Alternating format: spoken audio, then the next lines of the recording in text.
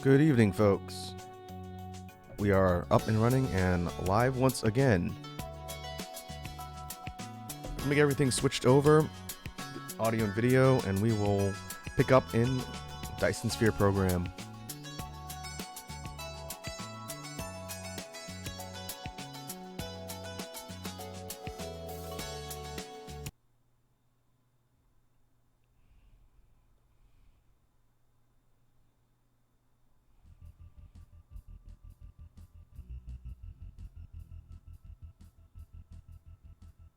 Alright, I'm going to leave the BGM there for now. We have the regular featured BGM playlist running in the background, and I can adjust it if it is too loud or too soft.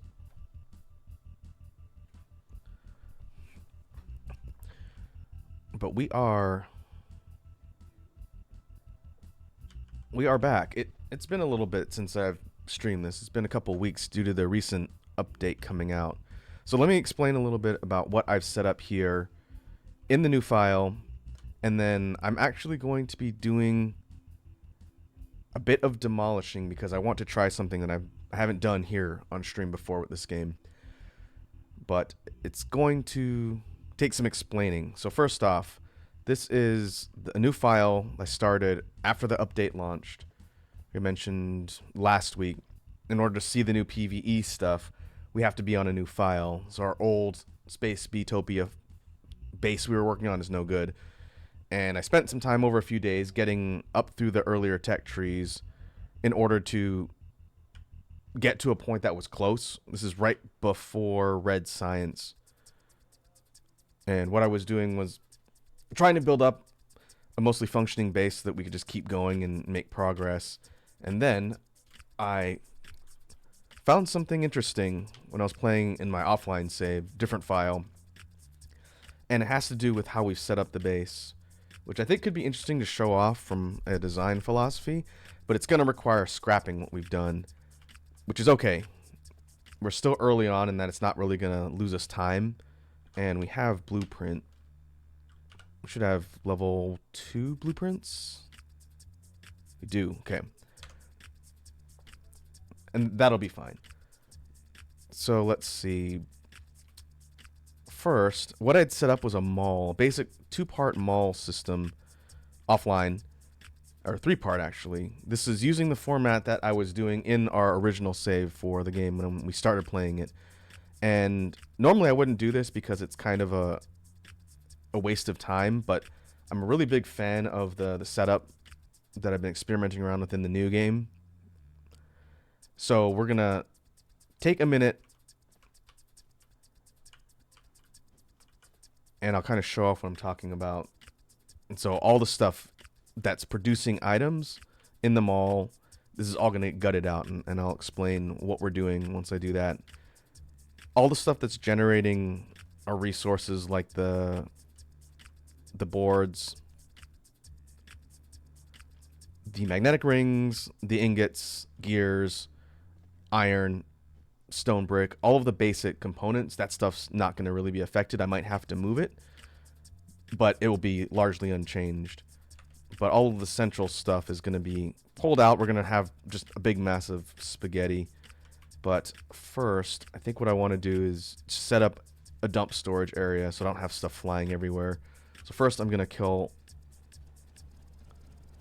all the assemblers so they stop producing. And then science or research facilities, these are all going to have to go. We're going to repurpose them.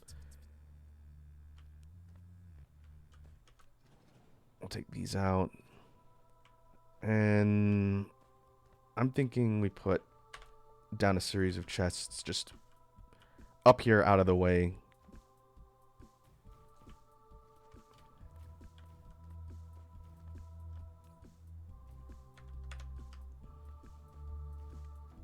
And I might need to make some room.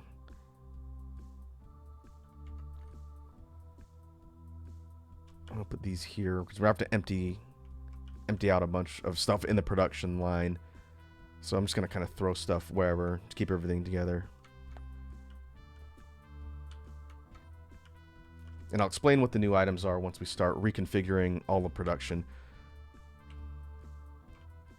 Since not only did the update add PvE, and I'll explain how that works too, since it's going to happen as we're playing. It's just on. I'll explain how the PvE stuff works as well. It's pretty interesting.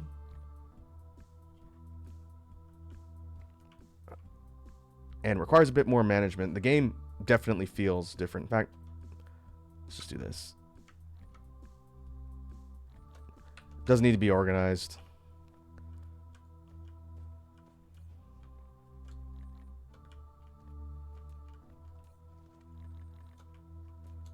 We just need to start clearing out space.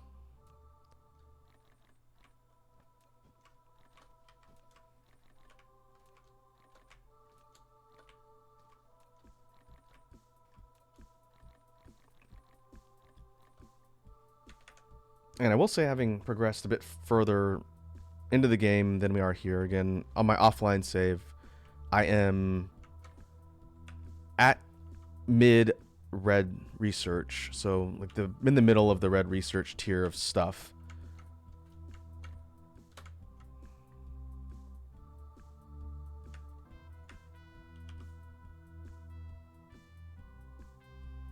Oh, there we go.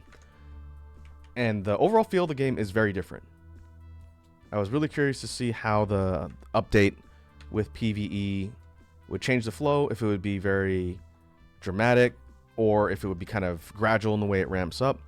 And at least on the default settings, as opposed to like the hardest insane settings for the AI, it's pretty gradual. They don't start mobbing you right away, but up here, which we'll see this come into play, these two icons in the upper left where you see my cursor, this represents the enemy, and the planetary base stuff is our main focus right now. It's a bar that slowly fills, and it's tied to your overall power draw and consumption, I believe. Once this bar fills to 100%, the enemies will attack your base, and you'll get a pop-up warning, and they'll send hostile forces to wherever you're at to start attacking. And so we're going to have to deal with that as we reconfigure this whole base setup, which is not a big deal, but it is going to be something to keep in mind. We don't want all of our stuff to get destroyed. Got some defenses set up around. We do not have towers yet. I'll explain the turret stuff probably when we get attacked. It'll be the best time to talk about it. Okay, all this stuff is going to need to go as well.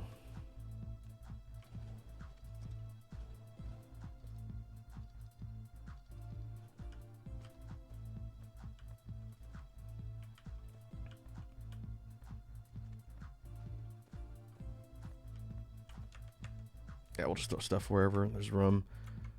I'm not going to worry too much about sorting it. We'll have to pick through this and redistribute everything later anyway.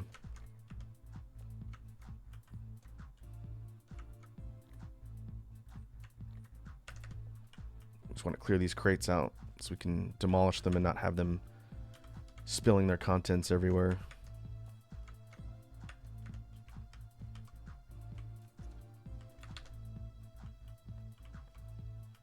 Oh, I need to come off at the source too.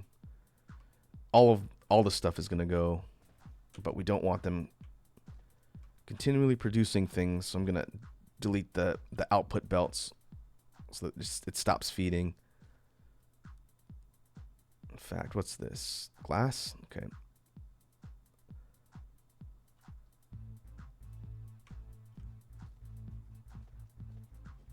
Oh, that was feeding over to the other part of the mall. Okay, yeah, that stuff's all gonna get pulled.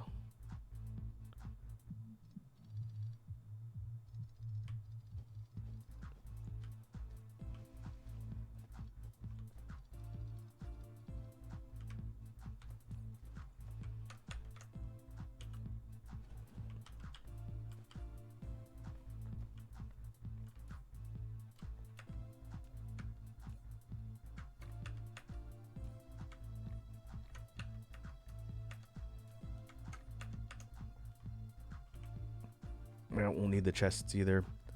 We'll leave the turret here. This is a Gauss turret. This is the basic level one that you can craft, and it takes bullets. I think this thing only can equip bullets.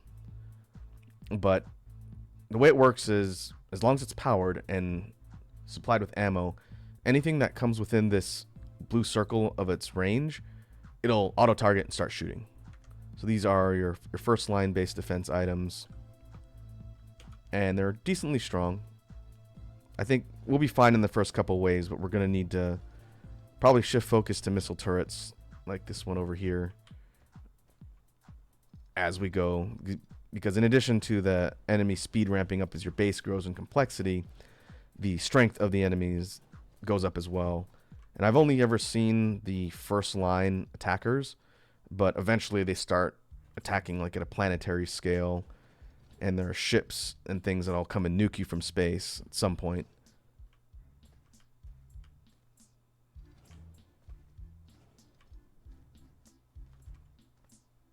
Okay, this is another part of Wade establishes the mall. Fortunately, it wasn't up for that long.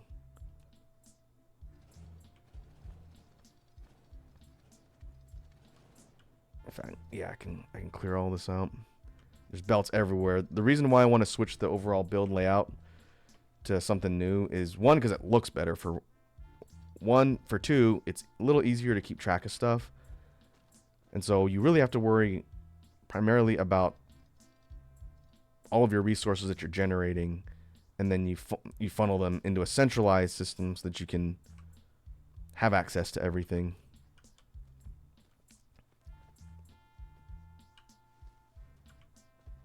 I'll leave this stuff here. Probably gonna have to move. This was a site that I had crafting ammo, bullets. We'll need to redivert that at some point.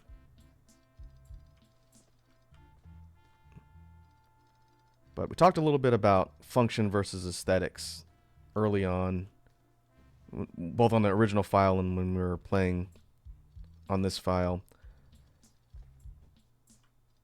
And that's definitely true in the early game, as you're just trying to get a base established, get your tech researched up, and get to where you need to in order to progress, like into the space interplanetary phase and all that. But depending on how you choose to set up, you can definitely work towards function and aesthetics at the same time, which is why I'm switching builds here.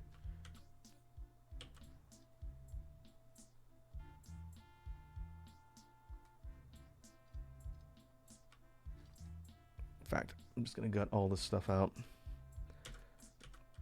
You need to be careful not to destroy storage crates, but all the belts. Storage crates can remain. All the belts we want to just clear out most of them. Hey, Capri Sun's here. Capri Sun says, yeah, boy, Dyson Sphere. Hey, Capri Sun, welcome to the stream.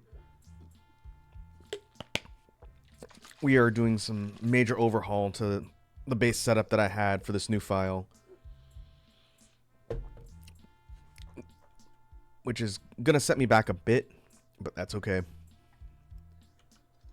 I think ultimately it'll serve us better as far as organization.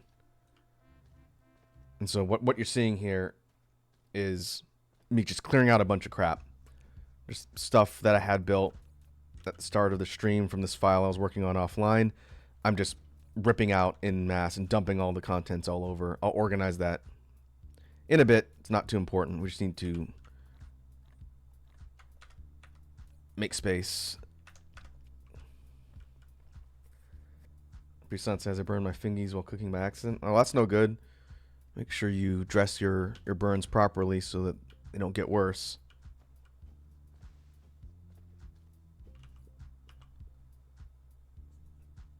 Your son says like cable management. No, this is more like redoing the entire inside of your rig, as opposed to just managing cables like on your machine or on your desk. This is like redoing the entire layout.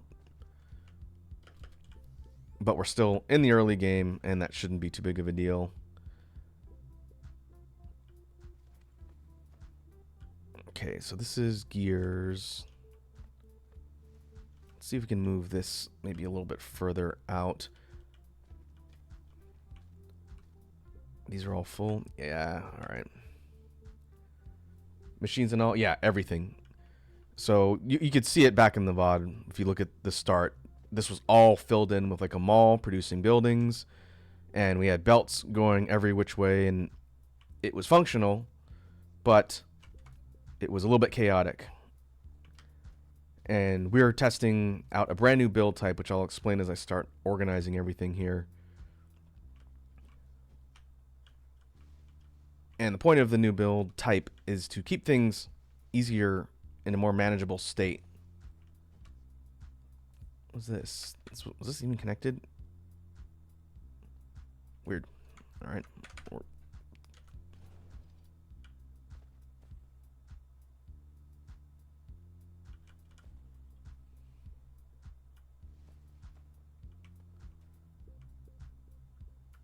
All right, let me see.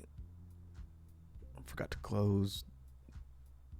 Yeah, you can get out of here.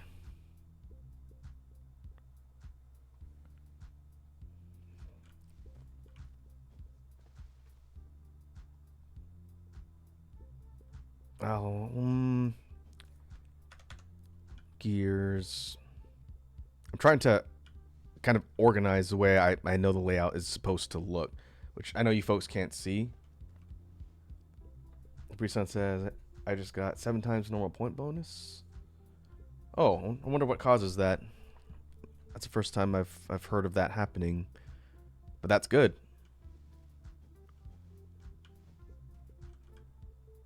Okay, we need to continue to clear some space.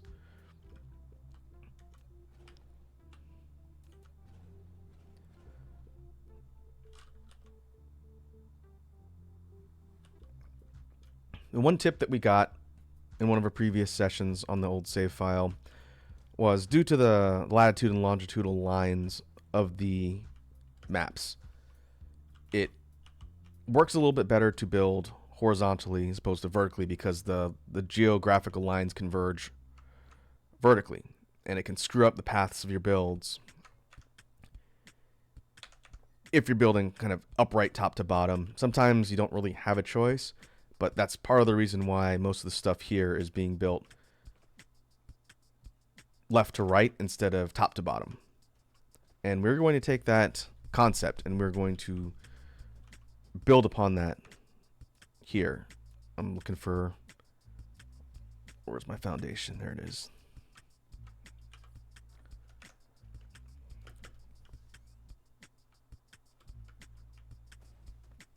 Okay, we'll clear all this out.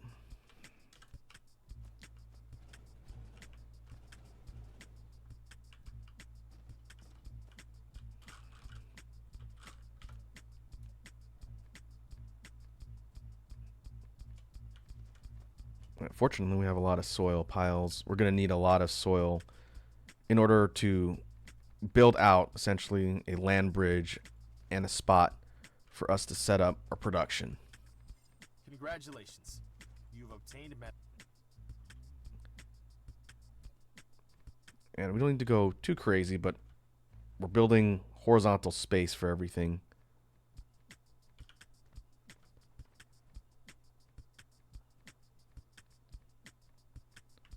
Okay. All right. So I'll have to keep an eye on the power situation. Up top here, we've got thermal power stations set up, and they're currently using a new item from the update, which is called a combustible unit. It's assembled from coal, and these look like little thrusters. These are basically a higher yield rate efficiency burning item that powers your mech, which you need to keep an eye on that too.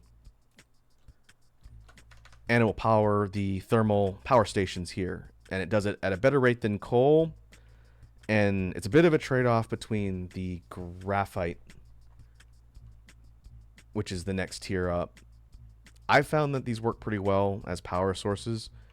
Eventually, we're going to need stuff that will power our supply better. But for now, we are at about 25, maybe about 30%.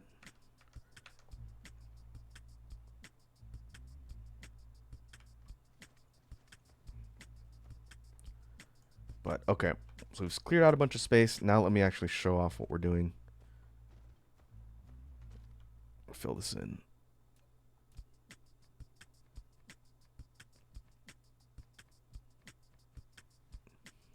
Okay. We are going to need belts. We're going to need a buttload of belts, splitters, crates to start.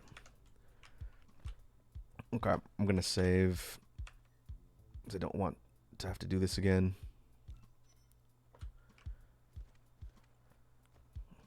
All right, let me put down the first portion of this and then I'll explain what it is and how it works.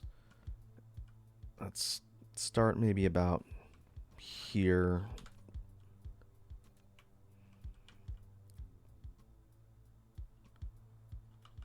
Oh, it's backwards. Why is it backwards? Okay.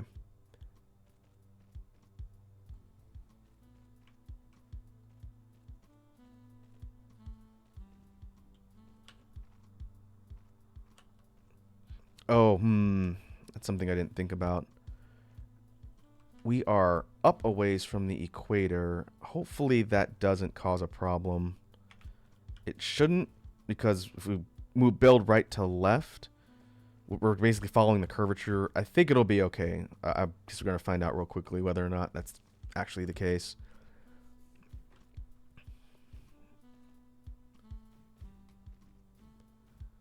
So this layout, I did not invent. So to give credit where credit's due, there's a YouTuber that I've watched before. He does a lot of factory and automation type games. There's a fellow named Nilaus. And he's been covering the update for Dyson Sphere. And I remember watching his Factorio stuff back in the day. But I got this design idea from him.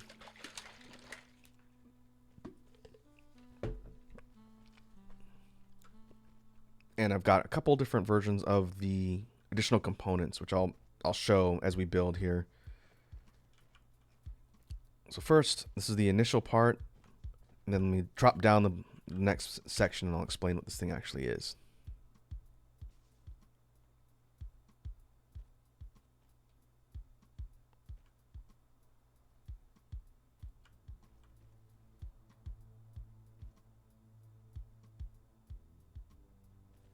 Oh, weird, we got collision. Okay. Oh, that's why. I must have saved the blueprint in the opposite direction for where I was building. Okay, well, we'll just have to flip the belts around. That's fine. Okay, so while this thing is building, this setup, unlike the mall we were doing before, where we basically guide everything into a spot and have it craft what we need, this is a different strategy of centralizing production, and it's called a bus. Exactly like the transit. And I know that term because I learned it in Factorio, the game that got me into like factory and automation type games. I don't know where that term comes from. I think it might be an engineering term, but it basically means a centralized spot that funnels all your resources so that you can get what you need all from a central location instead of diverting it from all sorts of different sources all over the place. So it centralizes everything. And as we populate the bus, you folks will see exactly what that means. But first we have to set up the infrastructure that's essentially like the highway.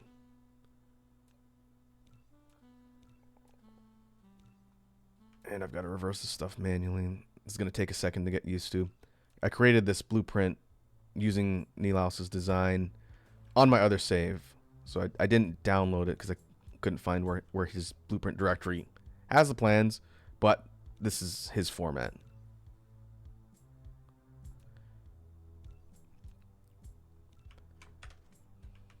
Okay. So we connect these like so. So all this is right now is basically a series of highways using belts running through these splitters, and this is the start here with these storage crates. These are vertical splitters, which I haven't used a ton, but I've been learning quite a bit about lately. Presun says, anytime I hear decentralized, my brain goes straight to Bitcoin. Well, we're not talking about crypto today. I know nothing about crypto. I'll be the first person to tell you I'm not an expert on that. So for purposes today, it will be engineering.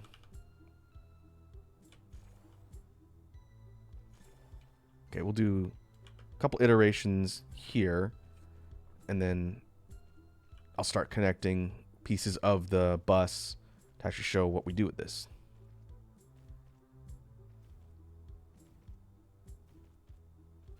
Hey, Ladybug's here. What's up, Ladybug? How you doing today?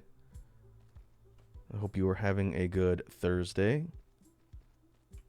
We are working on construction of a factory and automation in Dyson Sphere program. So welcome.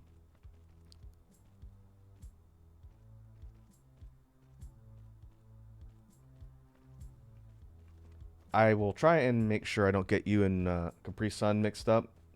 Your names are the same color, but Ladybug's got the kind of brackets, so I don't think it'll be an issue. You guys don't have to change your names. I just need to make sure I look closely and not misread the chats.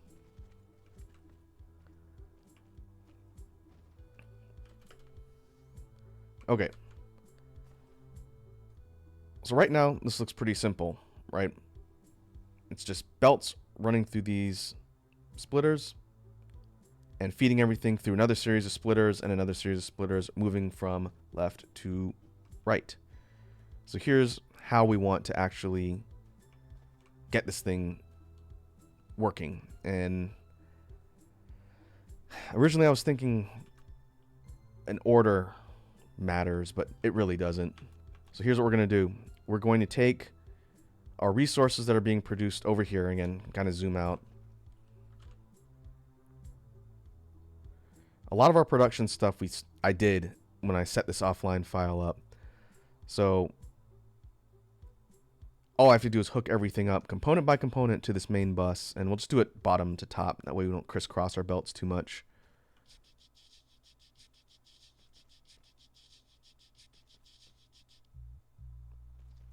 First, it'll be stone brick being fed from the left. After that, we connect circuit boards, then iron ingots, likewise copper,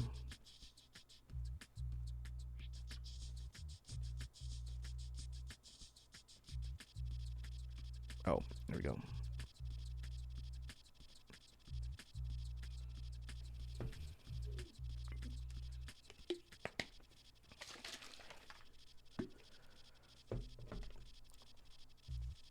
Then coils. Where's this going? This is going nowhere. Let's get rid of that. We'll hook up coils.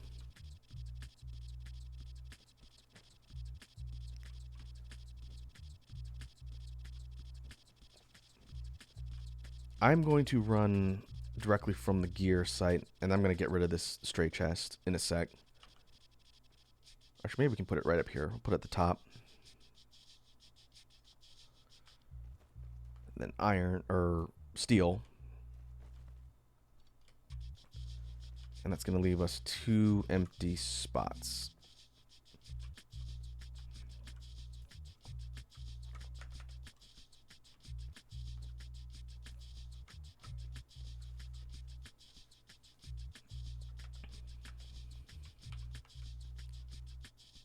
One empty spot.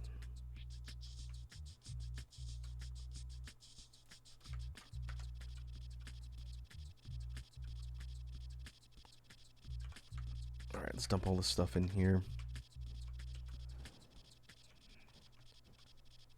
And then this is a little bit cumbersome, but we're going to take all the stuff out of these chests and just dump them into the overflow up here. We don't need multiple overflow chests all over. This is just an artifact of what we had built before.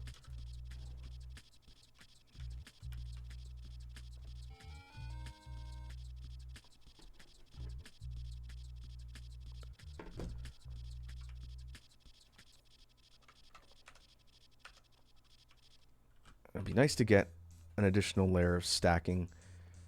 We are not quite there yet, but when we do get that, we can add another layer of storage when we need it.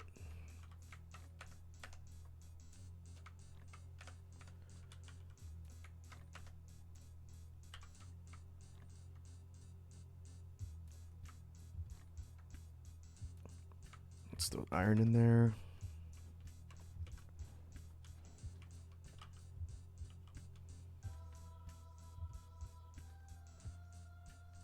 Brisson asks, Rocco, have the aliens been added to the game already, or were they supposed to be in an update? I can't remember.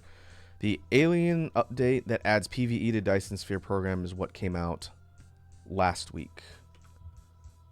It was Friday, I think, is when the update dropped, I want to say. And so the PvP stuff is in the game. We're gonna see the aliens shortly. They will pull up in a minute.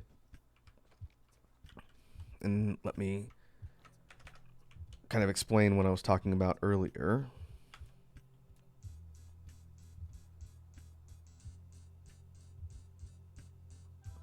So up here is what I was talking about earlier on when we started. In the upper left, you can see my cursor in the upper left. There are these two bars. One is for the space-based enemies and their hive, and then the planetary-based stuff is on the bottom. This bar slowly fills up over time, and from what I read, it's tied to your power generation. And once it hits 100%, the game will ping you and say the enemy is launching an attack, and the aliens will actually fly over and start shooting your base. So we'll need to be prioritizing defenses at some point. If we take a look and zoom out to the planetary system view, there we go. Over here on the left, on the bottom, this is where they've built their hive. So now the enemies spawn in the same system as you and they start building. Then they start settling on a planet. They're nearby here. Is this volcanic? Yeah, this looks like a volcanic planet. So they'll start harvesting their own resources from the nearby planet, and that's how they build up their forces to attack you. So at some point, we're going to need to be able to defend ourselves and then get to the point where we can go interplanetary and start forcing them out of the system. And so it's not just like a passive tower defense thing. You actually get to go on the offensive and fight these things toe to toe.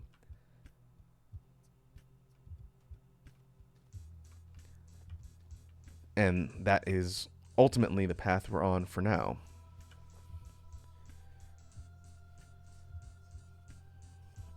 Brisson says, Wazzy's oven broke. Didn't her furnace break last Christmas? Yeah, her furnace broke last season, so it's unfortunate timing for ovens broken. Hopefully that doesn't cost too much to either fix or replace. That's the life of home ownership. Just when you think everything is fine, something goes out. Like plumbing or your appliances. I had to fix my washer earlier this year. That was fun. And by fix, I mean get something replaced. I can't fix stuff myself. I'm not a mechanic.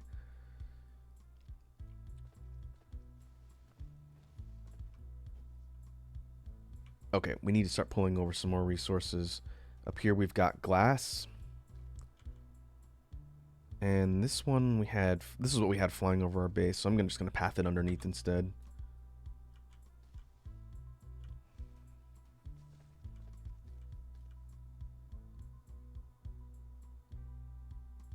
Oh, I see. Wazzy was going to be baking ornaments or something for a stream. Oh, I see. So she's probably going to have to move to replace her or fix her oven or move the stream. That sucks.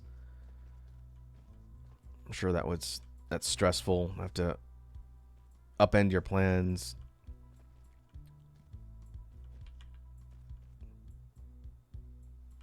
Okay, let's cross you over here. And we will join up.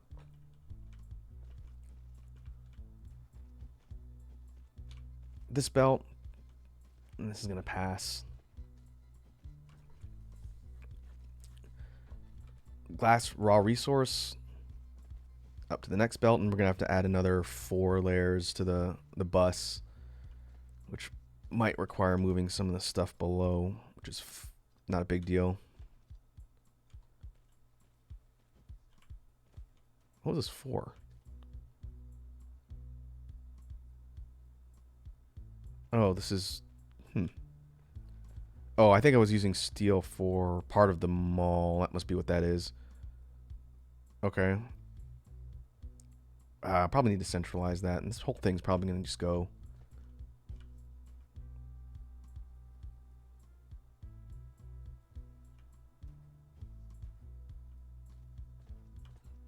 Pre-Sun says, was that bad etiquette to bring up another streamer? Nah. That's not a big deal. I think it's more like, you know, promoting somebody else's stream in another stream. Or like one thing I know Wazzy's talked about before, like saying, hey, you know, so-and-so's live, I'm going to go watch them. Or, you know, I'm only here until so-and-so goes live. That's generally seen as poor form to say out loud in a chat to a streamer. But I'm not gonna be the police right now. I think you folks have a good enough common sense. You'll be fine. All right, let's move you.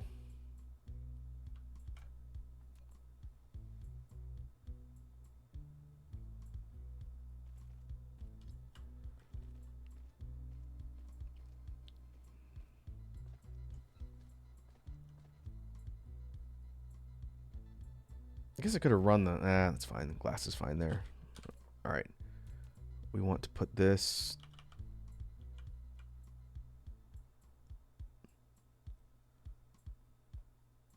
Oh. That's part of the geographical lines dividing up.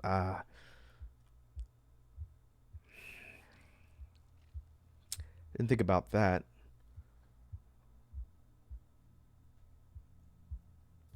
Ideally, I guess we would have wanted to do this kind of close to the middle of the planet. Or, well, that's going to make things a little bit annoying. Let's see if I can do this by my hand instead.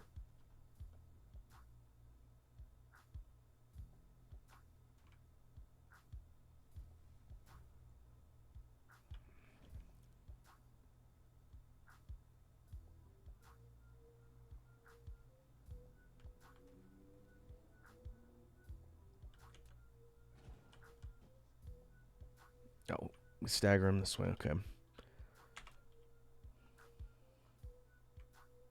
Oh, I see we got a hydrate and stretch from Capri Sun.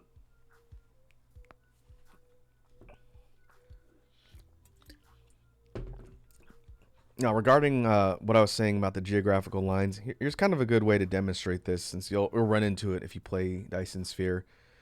See how the lines as they go, it changes the scale, like this line here, then it changes the grid. That happens as you move up and down the planet, and then eventually, as you get closer to the middle, then those geographical lines stop changing. So you see the grid scale changes here, and then from about here, I think for the rest of the world, it is unchanged. So we got a couple ways to deal with that. In fact, probably the best way to do it, it's going to look a little wonky, but we could do halves. We could split the bus across. That might work better, and just start it from down here.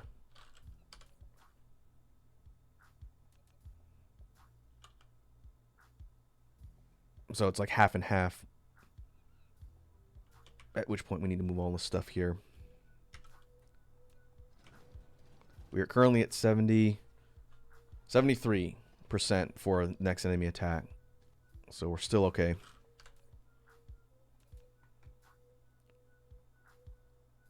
Yeah. I guess the indicator's that yellow line. These are major dividing lines, and the equatorial line is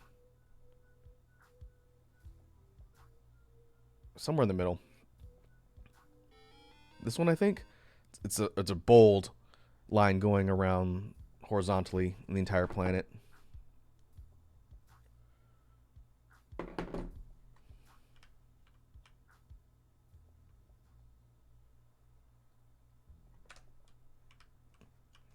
Okay.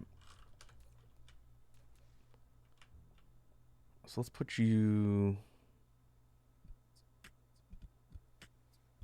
here.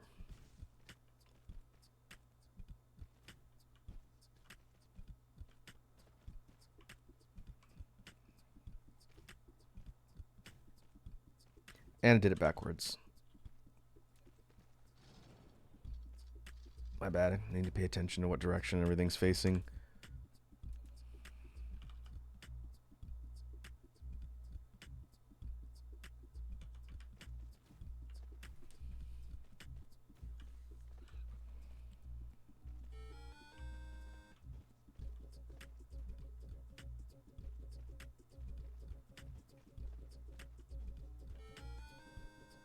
Okay, I think I'm going to run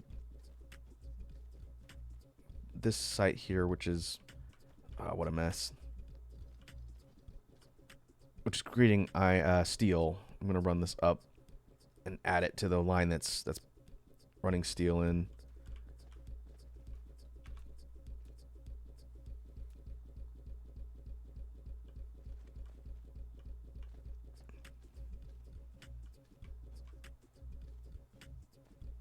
Which is... where is it?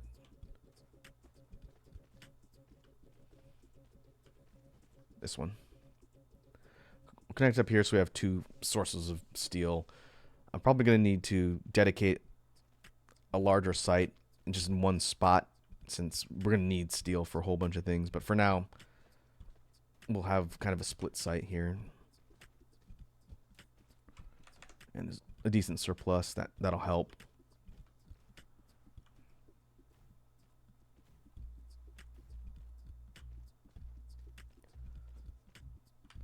Okay.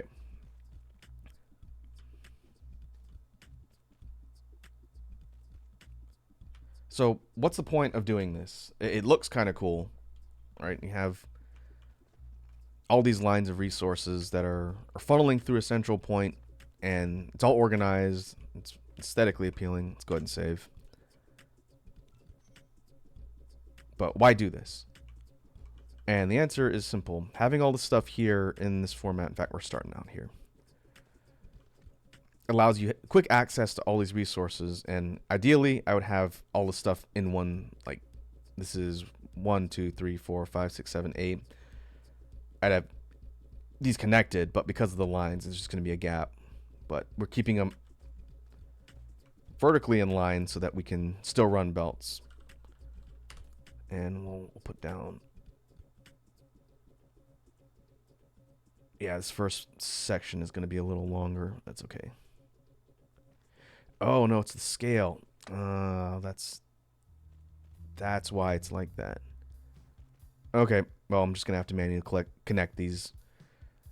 I think in my old file, I was probably building up here, where everything is a little bit smaller scale on the grid. That's why that's not a big deal. It just means we have to connect these sections, because further down the planet, things are wider.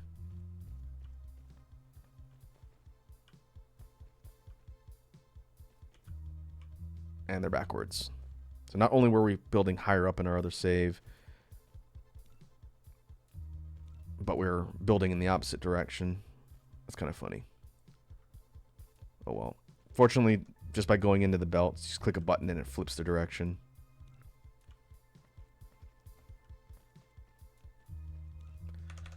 Oh, do I have any towers?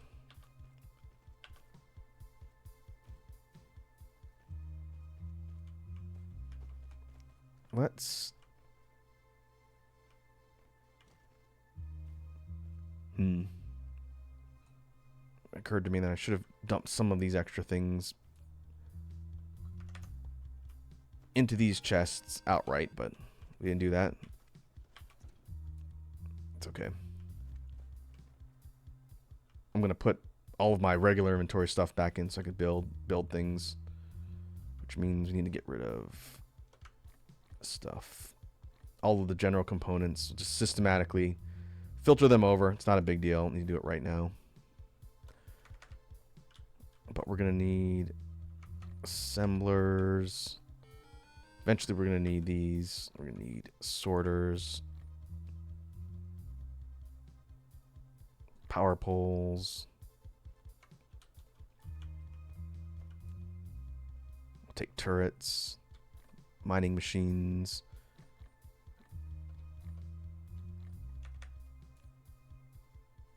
These are all of the additional buildings that we'll need. We'll just leave those there for now.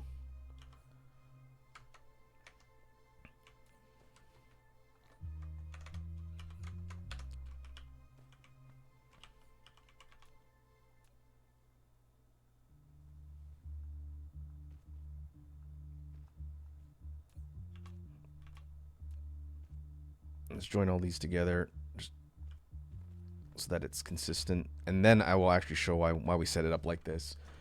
I know it's a bit of a long explanation, and this isn't the sexiest thing to see since it's all just manipulating small sections. But I guarantee there's a method to the madness.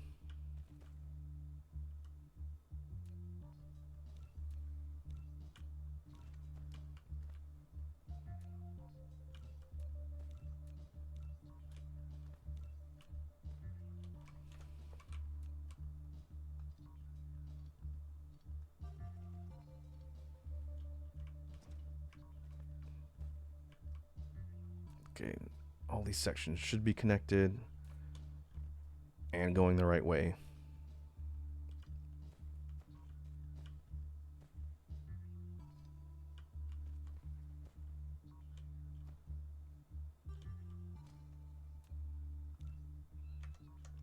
Okay.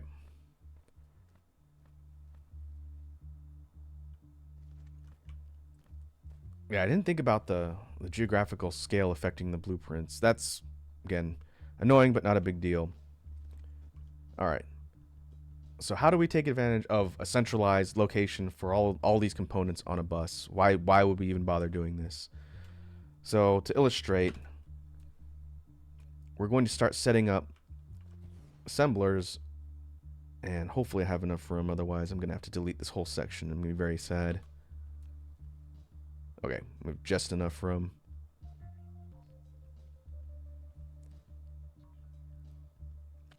The real problem. I'm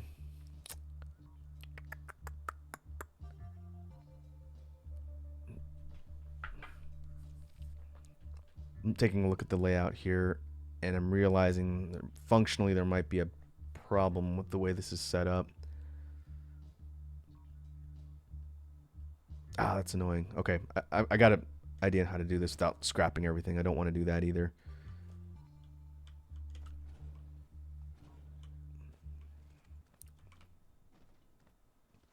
Okay, due to the geographical lines, there's just a gap, and maybe we can fill in with some stuff like turrets later. But we're gonna build the bottom of the bus, and this is why I was looking at this. It's not over here. We're starting up here.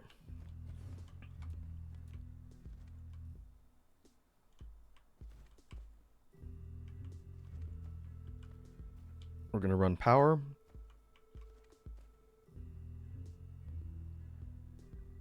And now, for our first thing that we're going to build, again, we want essential items that we readily need. And we're going to do belts. We need a boatload of belts all the time. And so we're going to start with a real simple setup to assemble belts.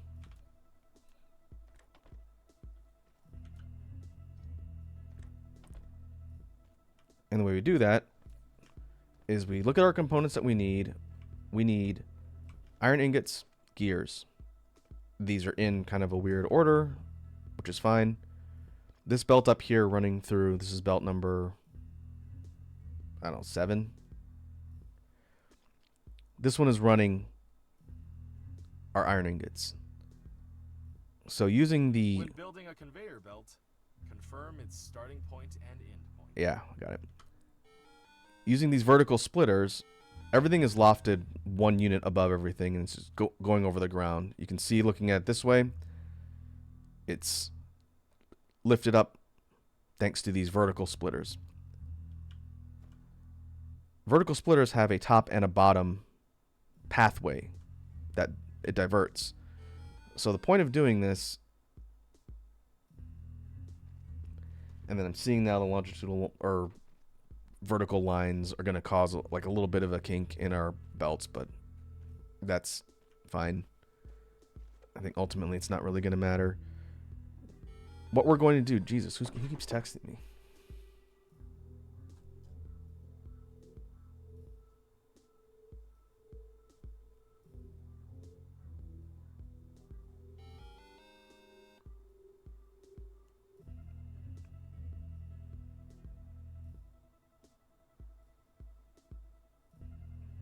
One sec.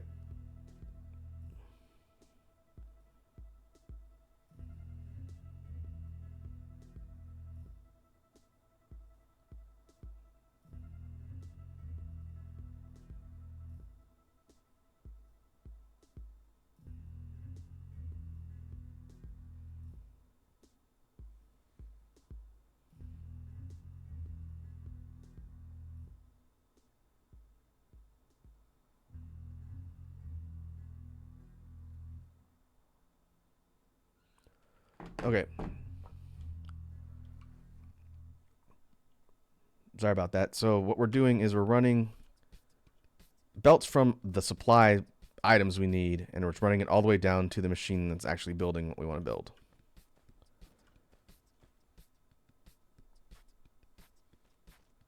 And the way the lines are falling makes me a little concerned, but we'll see how it plays out. And then I may have to move everything. If I do that, I'm just going to worry about that later. We'll see.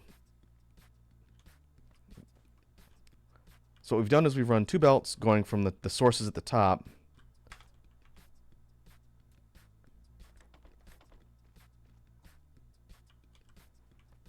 And now they're feeding the components for the belts right here.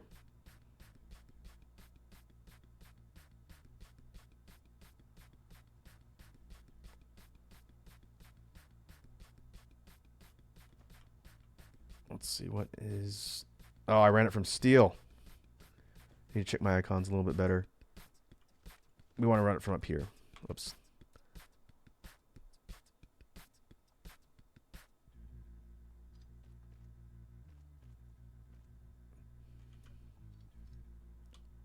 Okay, we'll just pull all the stuff off the belt. And then once it gets down to the end, it'll start feeding.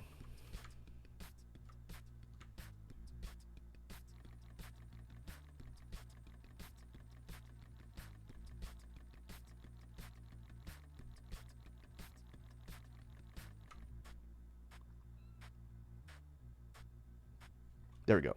Okay. So now, again, this is a bit of an exhaustive explanation, but now we have the source feeding what we need for the belts here, and it'll just start dropping everything in the chest, and we can come and grab it as we need it.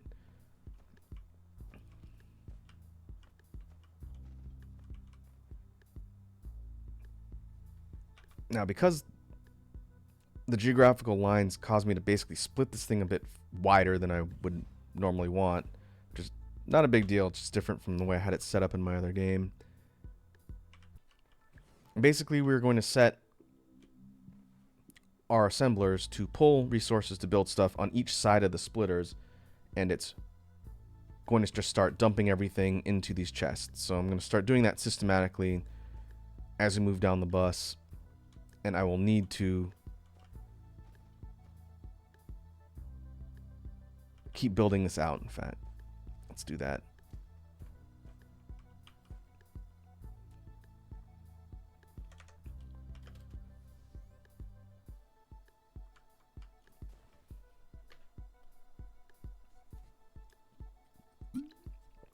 Capri Sun asks, sand biome. This particular type of terrestrial planet, it seems like whenever you're adding foundation to water, it defaults to sand. So you can see the water line and this sort of beach area. Every time I build out, it defaults to sand. but that's not necessarily the same on every planet. It depends on what kind of location you're at.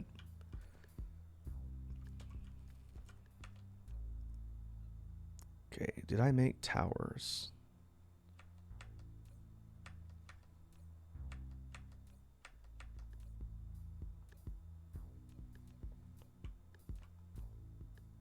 Doesn't look like it.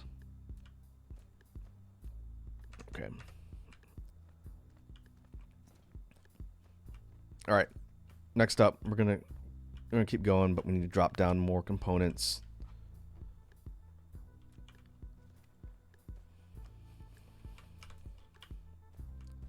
So to do that, we're basically going to take each modular piece of the bus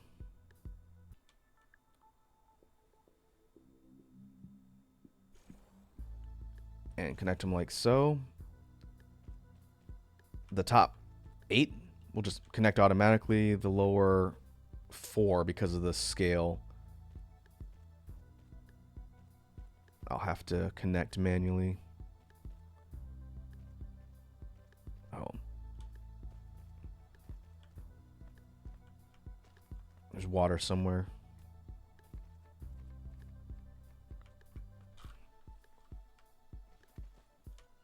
Okay, let's make sure these pieces are facing the right direction.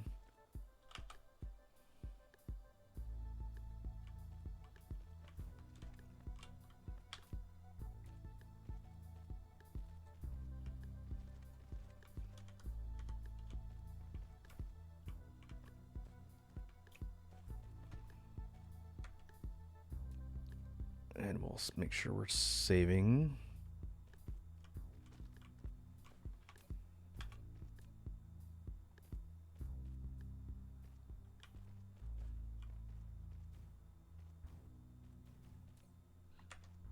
Another thing I learned from watching one of Neil Alce's videos is when you're setting up things to build, instead of waiting for your drones, if you just left click and hold and you have the item, you can just build it automatically and you can help them out.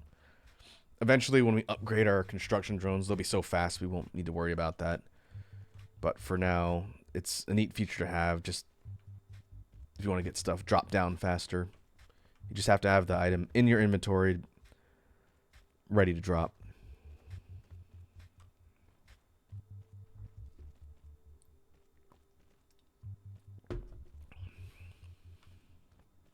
Okay, we're up here 87.1%.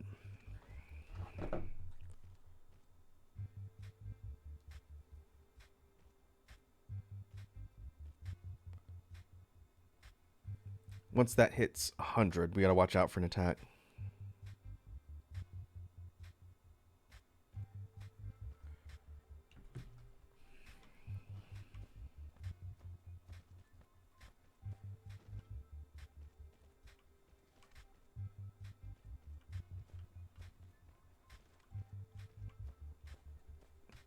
Okay, so this one, let's have this one build sorters.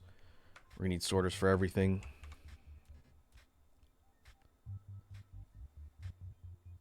Oh, they're just outside range. That is super annoying.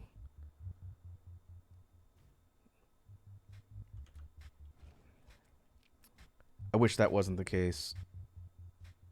The geographical scale lines are actually messing with this build quite a bit. In that case, it would have made more sense just to move up. But we can't do that just because of where we built. Oh well. That's not a big deal. We'll just split the middle. So for these, we need iron and circuit boards.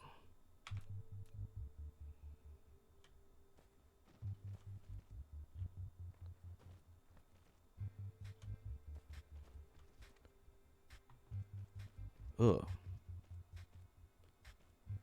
I didn't think it would mess with the scaling that badly. Okay. All right. I'm beginning to see a larger problem here.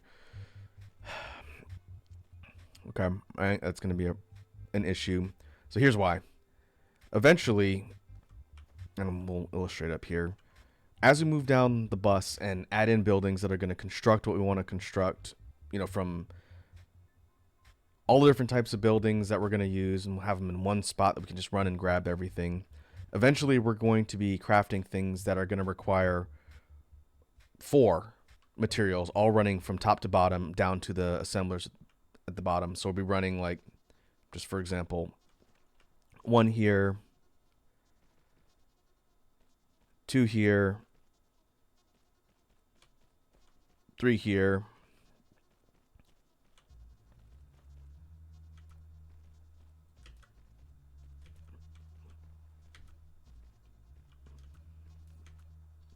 and 4 here. So just for example, if there was something that required 4 components, we'd have to run the belts like this. And then the assembler would be at the bottom. It would get all of the different components and it'll be able to spit out whatever we need. Due to the geographical lines dividing everything right here, I can't do that. Because they have this sort of kink in them due to the scale of the grid stretching or changing, I can't keep these parallel. They will bend out of shape, and so we wouldn't be able to get everything neatly fit and compact in here. And so that's a problem. That is a considerable problem. But I think the best way to address that before we build too much and it becomes a serious issue is going to be to scrap the lower 4, and we're going to have to build up top. It just means we have to change which direction we're going. And so I got to pull everything out that I did on the bottom, but there's nothing running here, which is good. Like, we can take these, we can just shorten them up. We'll put the assemblers here.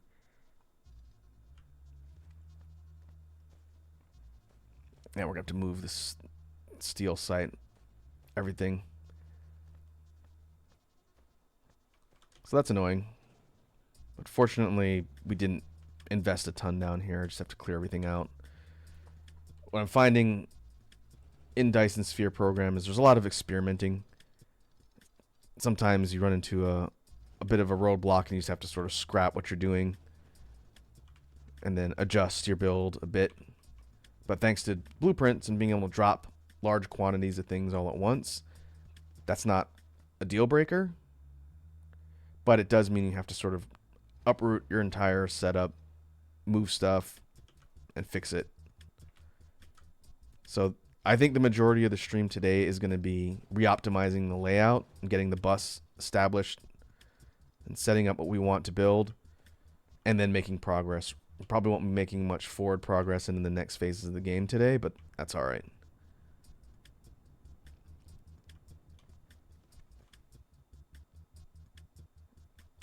Okay.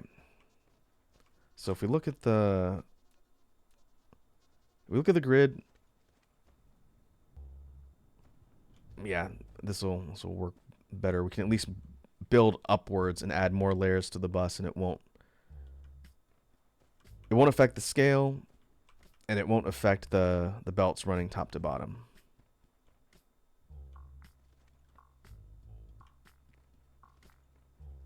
So let's do that.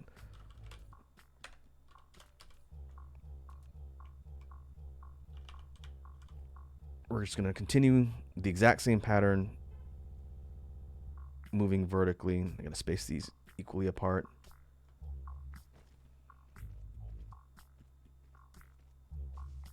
There we go.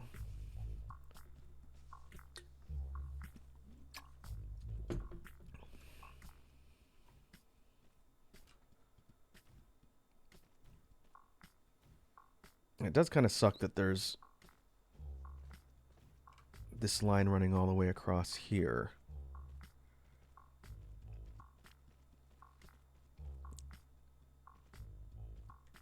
We could fix that.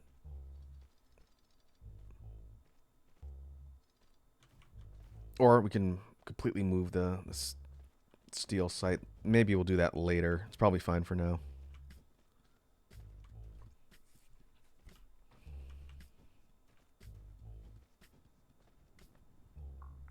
This is going to run right underneath all of this mining stuff up here. But it should clear it. I think it'll clear it fine.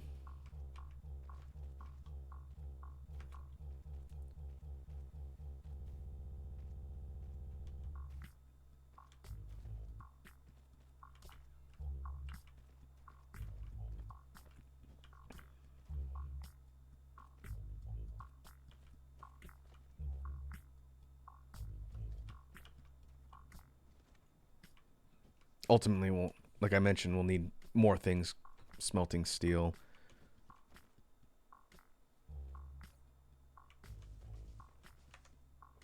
But for now, we're not using a ton of things that require it, but we will later.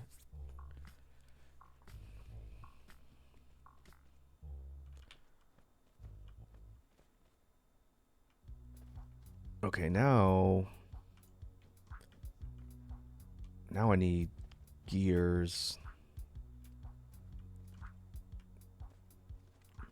Where am I going to put those? Could run these up here. Take the belts and direct everything and smelt and craft all the gears from up here and then run it back.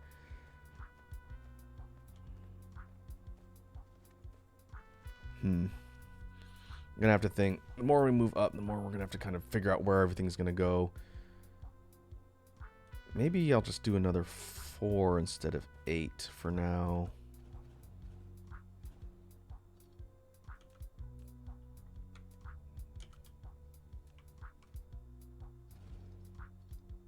Like I mentioned before, the whole reason why you would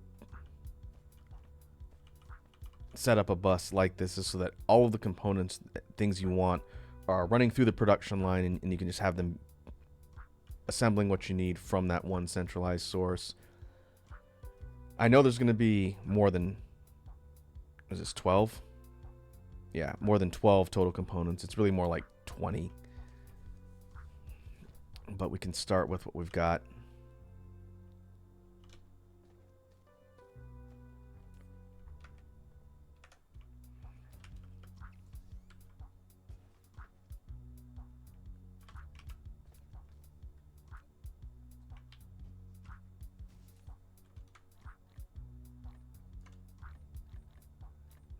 Let's make some room, clear out. We're getting pretty close, 93.3%. So that means attack is imminent.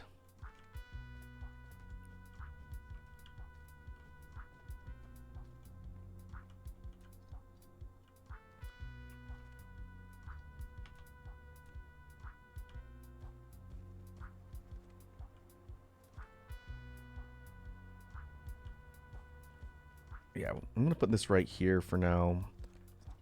And then that'll probably be fine. We're going to run the raw iron all the way up, smelt it into ingots, and then turn those into gears. And then we'll run that into its supply line. That's the best place I could think of to put it for now.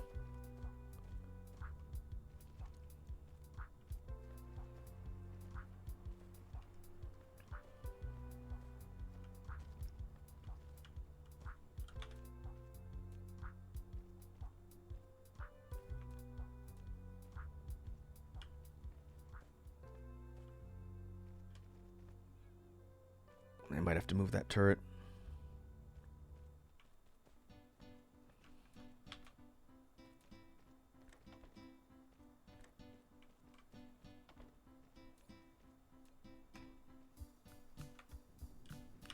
Now let's see. Gears, it's 1-to-1, isn't it?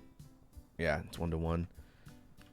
So if we did like 9 smelters, we could do 9 assemblers for gears. I think since it's 1-to-1, that should be enough output.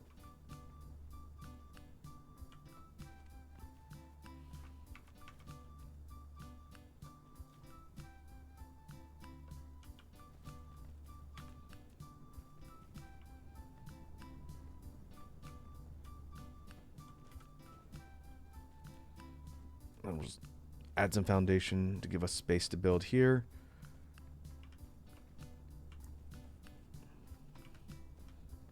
And now we're going to run assemblers, taking all of the iron ingots, turning them into gears, and that's what's going to run down to the supply line. 94.7. The rate's probably going up a little slower since I gutted so much of the base. But that's fine. As soon as we start putting down more things, that attack rate is going to go up.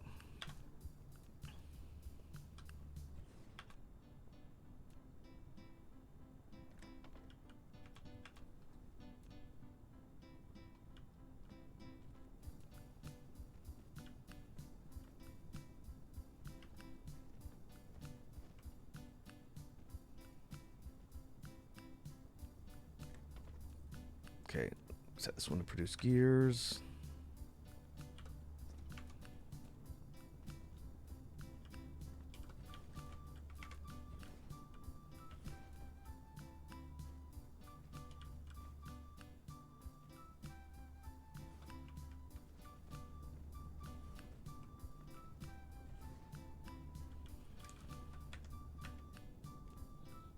And we'll save our progress.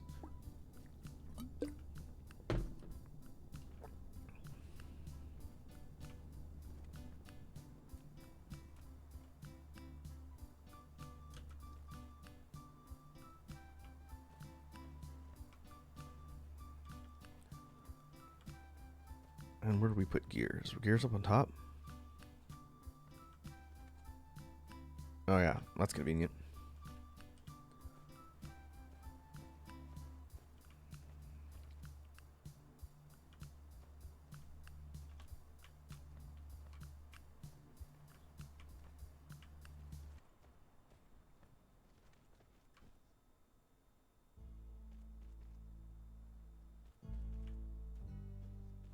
I'll try and make this as compact as possible. Eventually, when we get further into the game and we have more tools at our disposal, when we set up a planetary base, we'll be able to use things like the drones and logistics to move stuff around, and it won't be quite as spaghetti-like here. But until we get that level of tech and get more resources, it's not going to be pretty. But this bus setup is definitely more aesthetically pleasing than what we had before.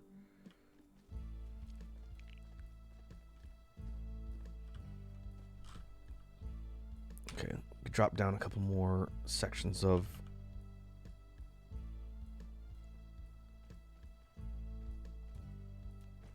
the bus.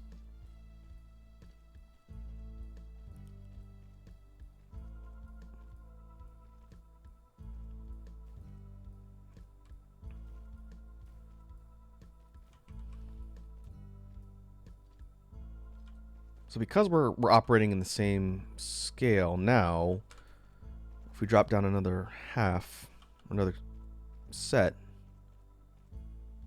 yeah. Now the scale is correct. We don't have to join them together. They're not having a gap in between because we're up here in the same geographical scale. So I think that ultimately is going to help. It's annoying to have to delete everything and then rebuild it, but in the end, I think that'll work.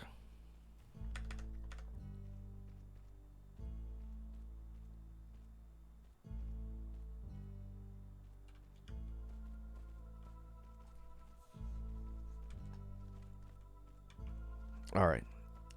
So now let's reset up our building devices.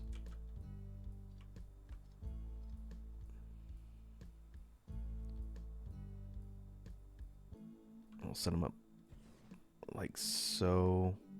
I think that's too far to the left.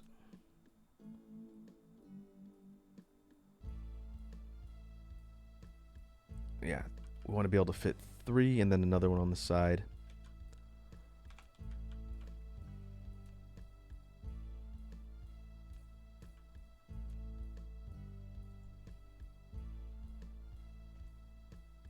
$97.8. Okay, getting close.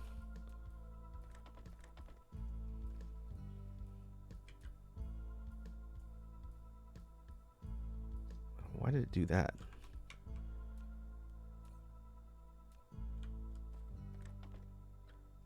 Weird. I wonder why it's...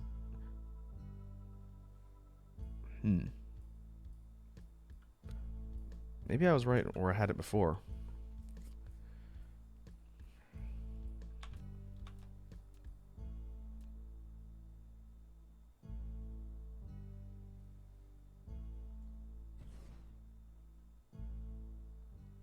No, that's... Oh, I wonder if it's...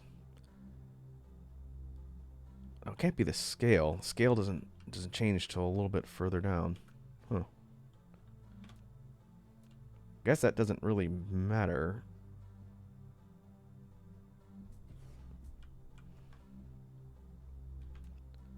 Just doesn't look nice.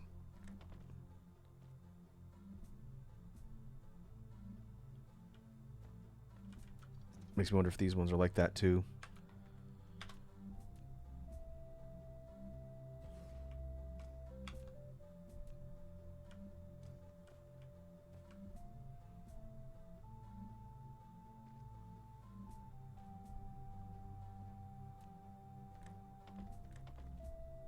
Oh yeah. Alright. Don't know why it's sorting from all the way back there.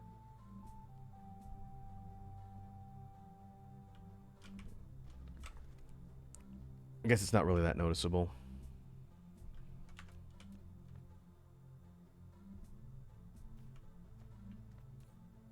Okay, so now we need to set up supply chest for all the stuff to dump.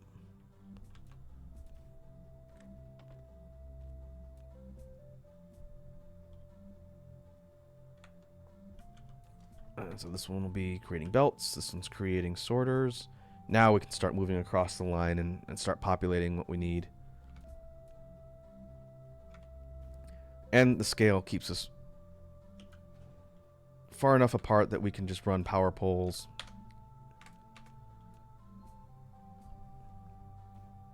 Right underneath the splitters, and then it's all compact. It looks a lot better.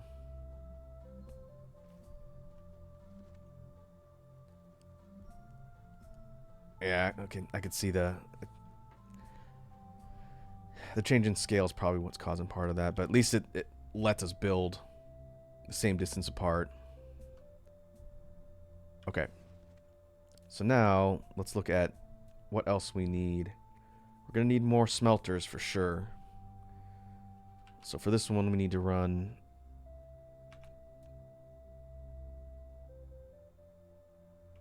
stone.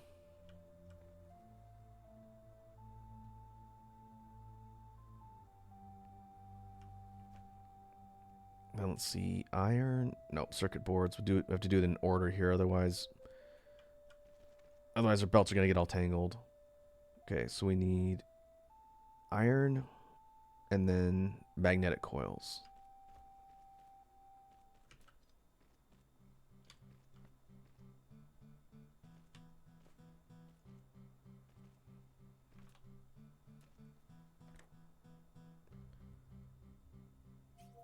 Ooh, okay.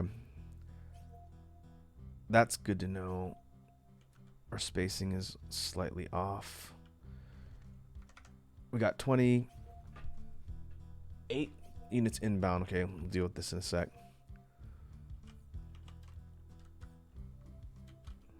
We got bullets. So once the dark fog launches ships to attack, little ping here tells you how far away they are. And so they're coming in. This is when they come in from over here.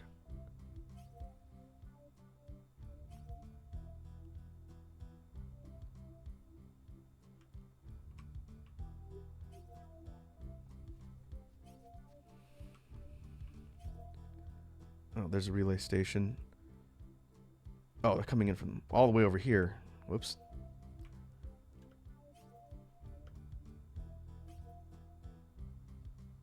They flanked me. Okay.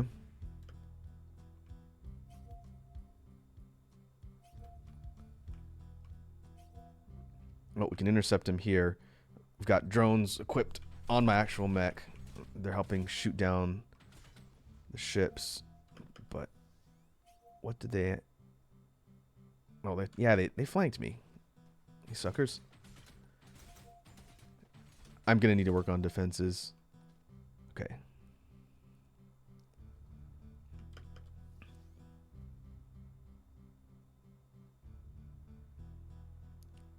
They flanked me and they hit my base from the top. I thought they were coming in from way down on the southern end.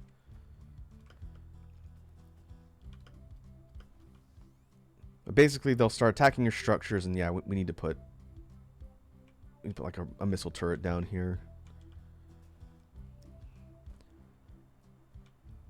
And you can repair damage to your buildings over time, and you can replace ones that get destroyed as well. But let's see.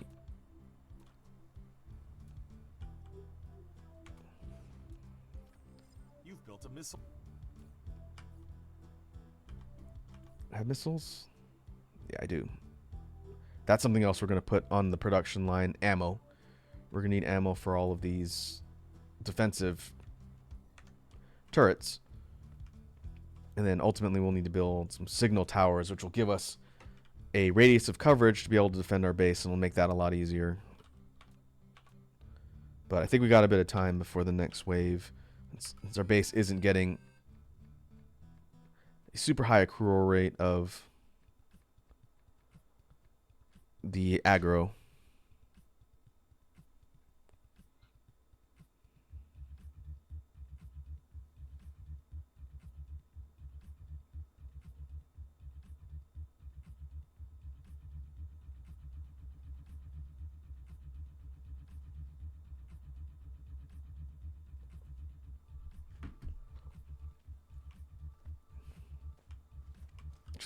If we zoom out,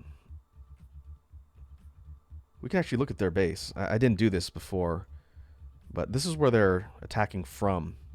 So this relay station basically is like a waypoint for the enemy, and then they move these into orbit over a planet, and then when they set down, they actually create bases on world. So these things aren't attacking from the fleet. They've actually built a base, and they have units here that they're actively producing, and then they'll send these suckers to actually swarm your base.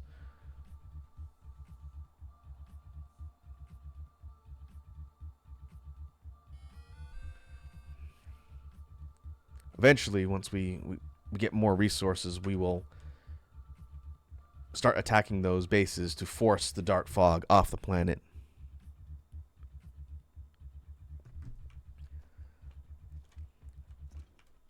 So we're in defensive mode right now when we try and get the base optimized and producing what we need. But eventually, we're going to go on the offense. Probably not on this stream, since we're doing a lot of setup. But when we do, we'll go out and actively use our tech to fight against the enemy. Okay, I got to redo the belts here.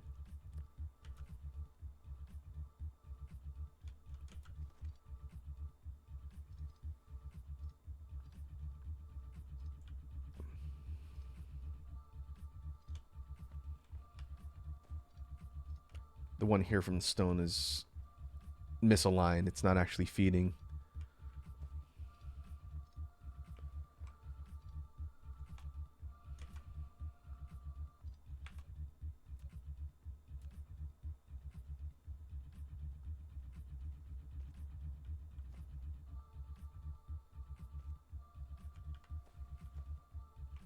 Let's see if that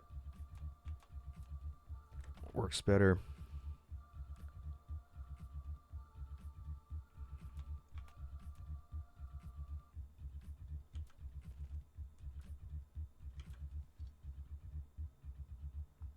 Okay, so we run this one down here. We're going to have to run two on the side. It's a little bit annoying, but it shouldn't affect the actual build at all.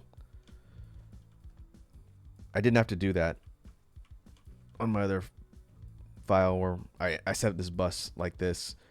I think it's just because of the grid lines, which is something I'll have to remember in the future.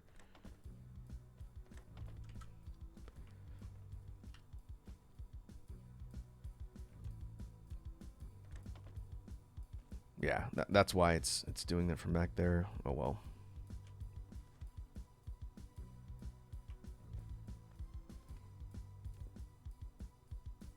Whoa, what's going on with my power supply?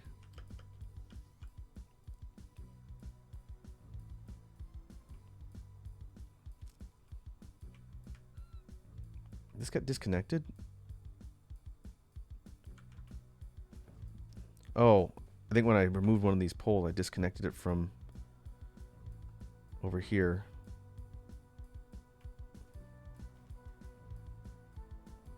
Oh yeah, whoops.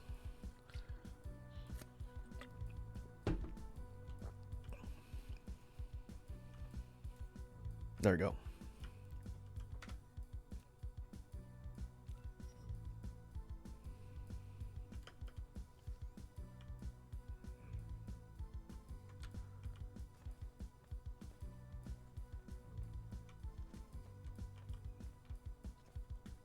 Okay, so let's keep moving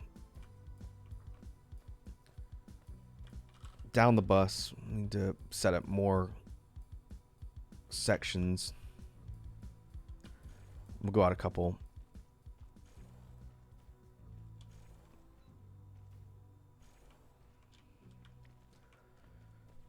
I'm gonna need to build the like battle assessment tower or something. It's a new type of building that they added in the update that helps you keep track of like your defensive and offensive resources, and it also comes with its own set of construction drones. So if you put it near your build site, it'll help build. It'll send out a fleet of its own drones, and they'll help drop down buildings and whatnot. It's a lot faster. But I don't have the resources for it yet. That's another thing. I'm not looking forward to that. We're gonna have to get silicon. Silicon has to be smelted from stone until we can mine actual minerals on another planet for it. That's gonna go here on the bus too. Silicon ingots or high purity silicon. That's used in a bunch of things.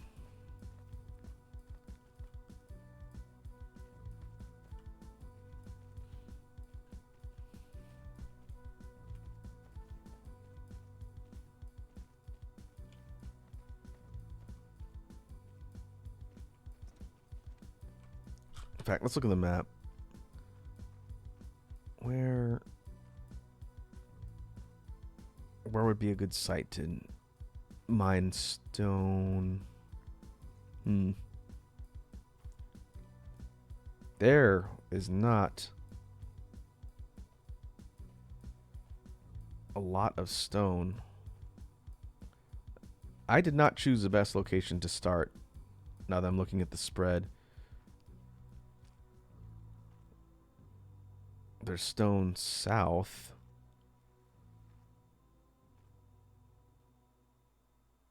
And nope, yep, close to the northern pole. Preson says you can see the stars. Look at them. You want to see the star map?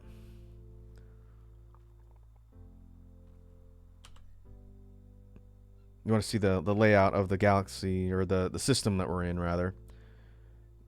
So this particular planet does orbit a gas giant. That is nice. This one right here is a satellite. The dark fog themselves are posted up here near the central star, and they've created a base on the volcanic planet on the other side.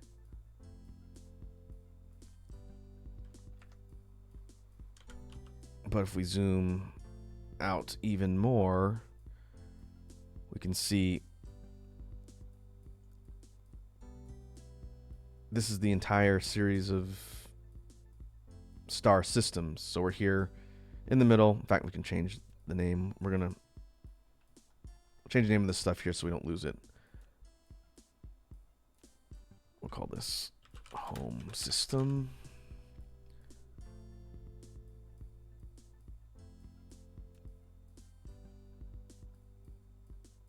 And we'll call this home world.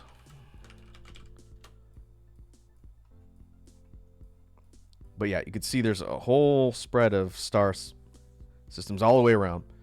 And eventually, once we move up the tech tree and we get the technology to go interstellar, then we're going to be exploring these other systems, probably finding a better planet to start building our Dyson sphere from.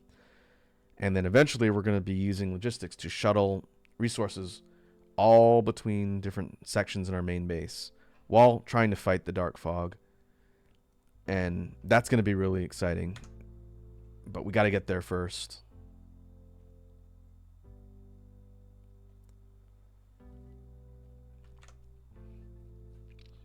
Might have to run smelters from the upper left quadrant.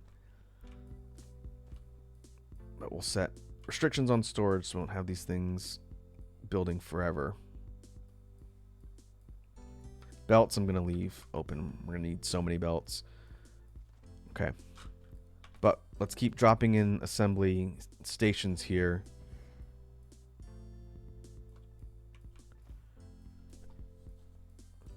Next up, we're going to need actual assemblers to do the assembling. And the nice thing about this particular incremental setup for the bus, we can also set stuff up in the middle if we have things that are going to need to be intermediate crafting. We can also set up assemblers in the middle, assuming we can divert resources from the splitters. That's why they're so far apart like that. It actually does come in handy. But for this one, we need circuit boards, gears, ingots.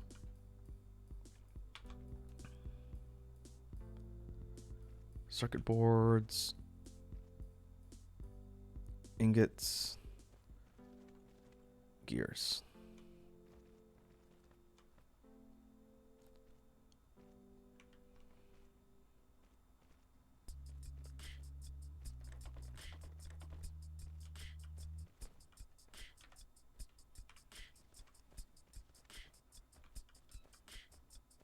What I'd like to do is get several spots set up producing things that we need, and then I'm going to go deal with the silicon smelting, because we got to get that onto the bus too. That's another commonly used item that's going to be part of a bunch of different things.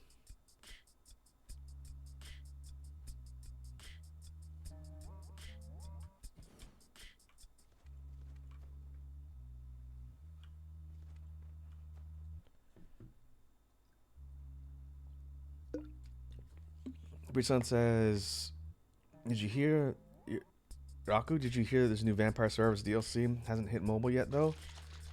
Are you talking about the Among Us one? The Among Us one should be on mobile. The Adventures update is not. I don't think. I haven't checked. I've been waiting for some downtime to check out the new stuff in Vampire Survivors. But I believe the first iteration of the first update launched everywhere, the Among Us one. But I have not checked. Okay, running splitters here. We're going to need circuit boards, gears, ingots.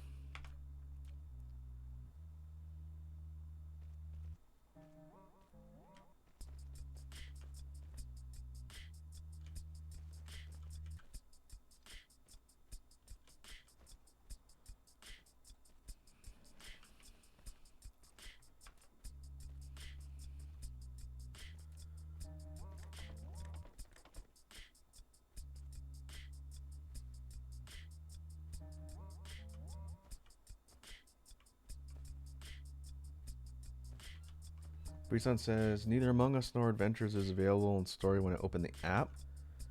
That's weird. I could have sworn the announcement for the Among Us one was on everything. Maybe not.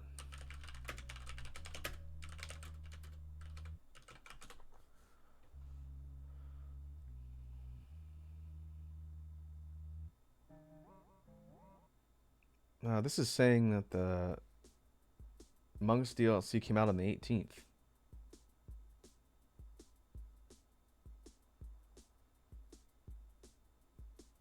Is it free? Oh no, it's $250 looks like. I didn't realize that was like a full paid DLC. I guess it's because it's a collab, which makes sense. Yeah, see if you can see it after the update, but it looks like you have to buy it like all the other ones. I haven't done that yet, but I will eventually. $250 is a steal for DLC, especially the way they do theirs.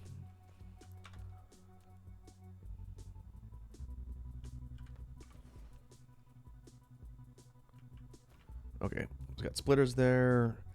Next up, let's do power poles. This is in no particular order, just as I remember what I need.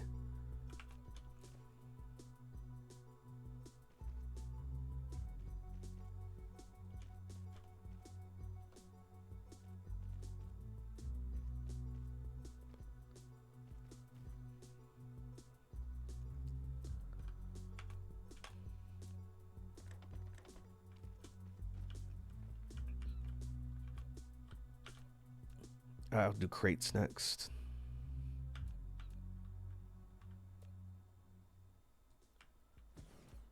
We'll need tons of storage crates.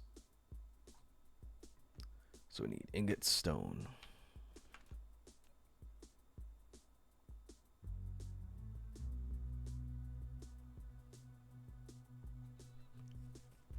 Yeah, emergency meeting is the name of the DLC. 250 USD.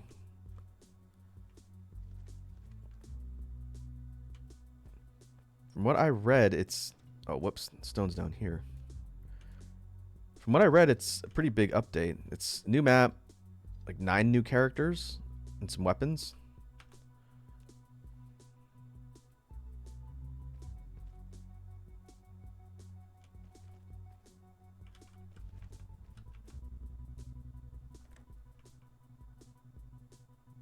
Oh, man. Too close again.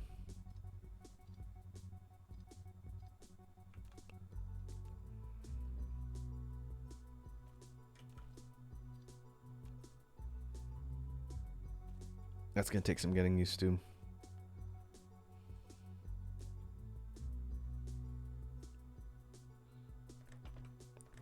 Breeson says mobile, it's a cent cheaper than the Steam price. Oh, $249, huh? Interesting.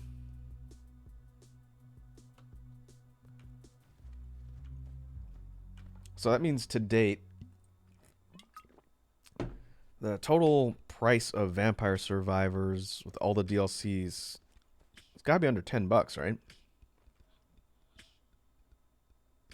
There's 2 DLCs. There's the Moonspell and Foscari. Those are like $250 each. So with the latest one, that comes out to like $750. I don't think there's anything else that they've charged for. I can think of off the top of my head.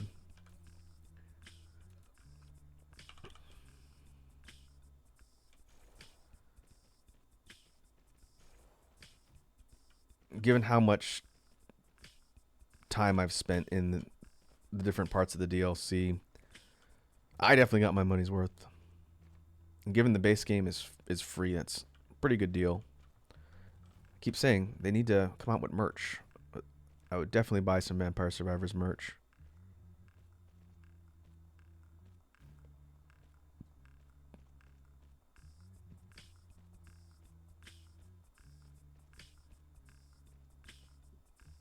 Oh. Is that why? Yeah.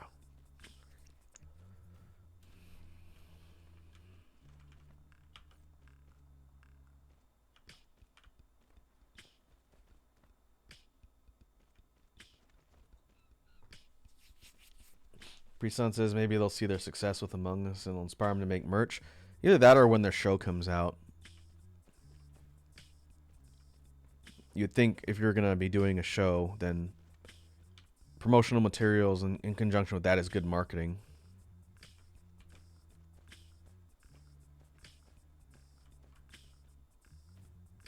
Yeah, we talked about that a while back. I don't know if you remember Capri Sun, but they're doing an animated show on Netflix.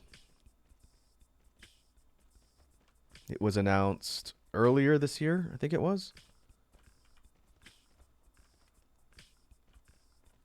and there's no ETA. I have no idea when it's coming out. Probably next year, maybe the year after. But yeah, they were able to successfully pitch a show, which is great. Considering the game doesn't have any actual story, I'd be interested to see what kind of lore they put together that actually reflects the stuff that happens with the characters.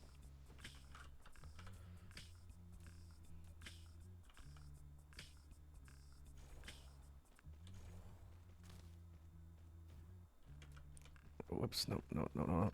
Don't do that.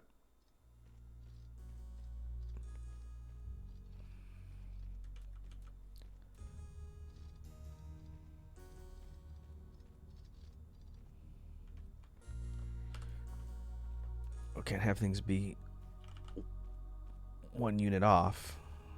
That would look terrible.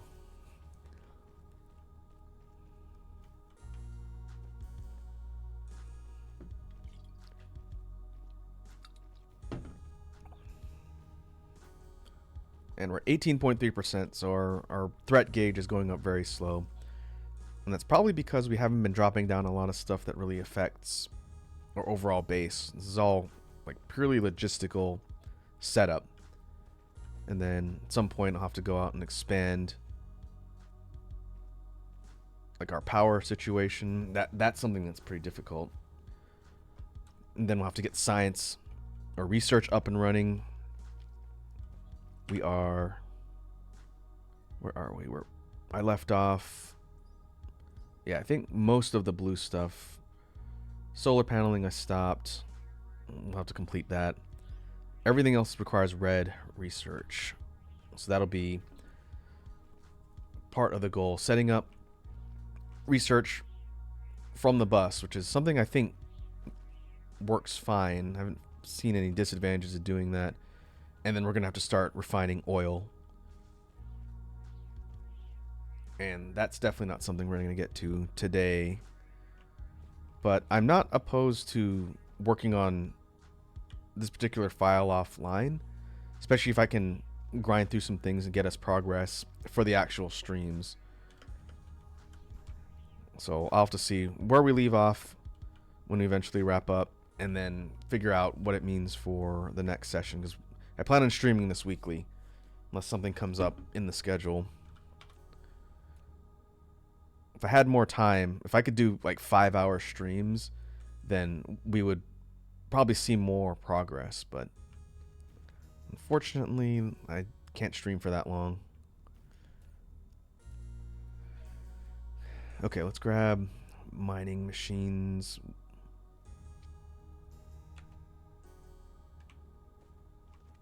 Yeah, let's grab mining machines next. These require circuit boards.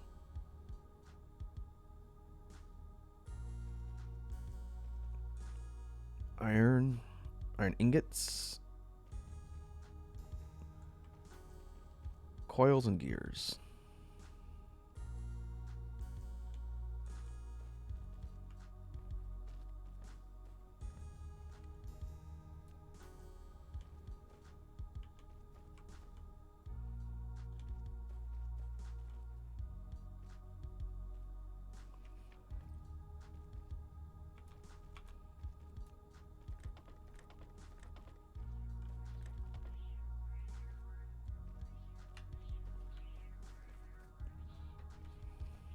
All right. So let's save our progress here.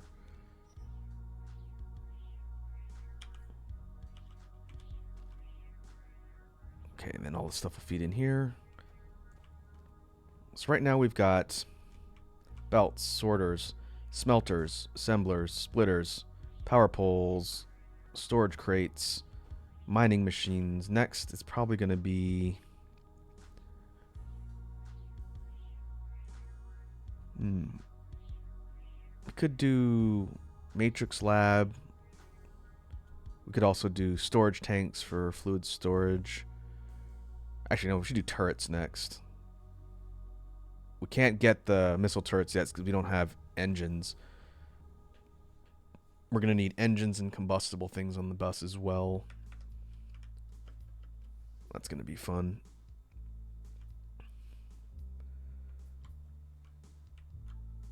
really we're gonna need.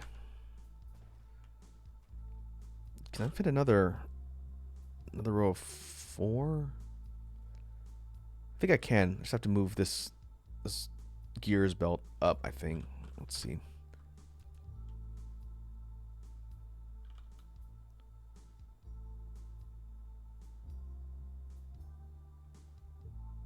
Okay, yeah, we can expand upwards eventually. We'll just move this.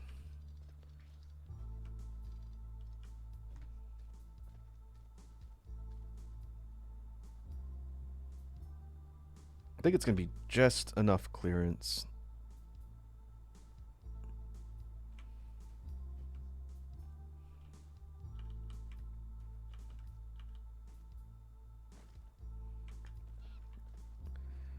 We'll use our diagonal belts, try and clear across the space and save some room.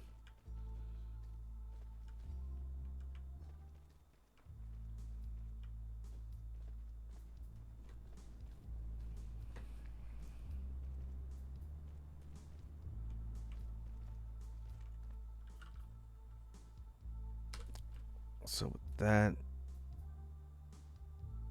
oh boy.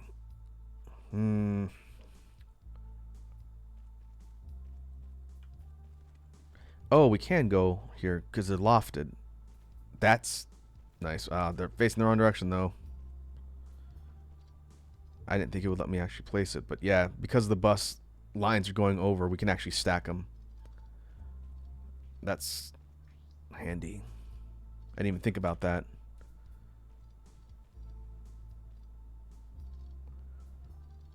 But we've hit our vertical limit, so once we eventually figure out what things we want to put in the centralized production line, we're not going to be able to move up any further, so I'll have to solve that when we get there.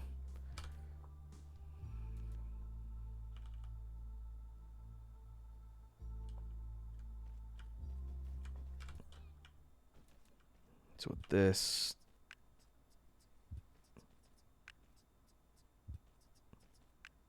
yep, unobstructed, we can move all the way across. That's good. I don't know how we're going to connect everything. We'll probably have to tweak all of this stuff here to make more room, but I'll deal with that later.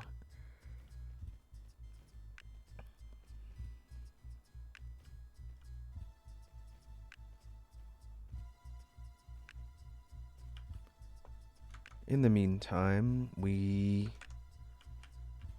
need to solve the silicon set problem. So let's see if we can figure a solution to that out, and that might get us to a good stopping point.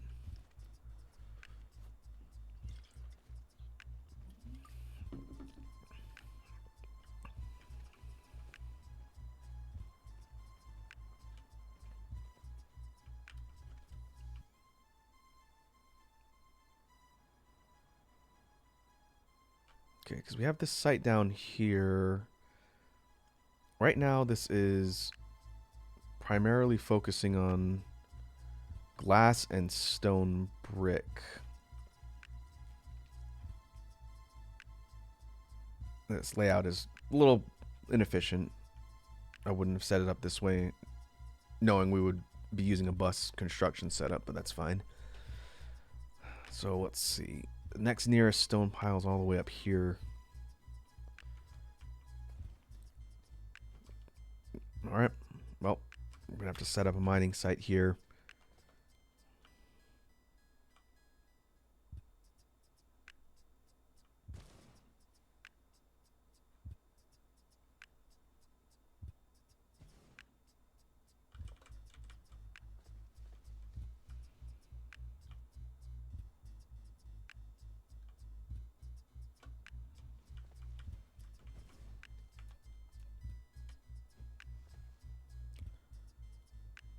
And I'm thinking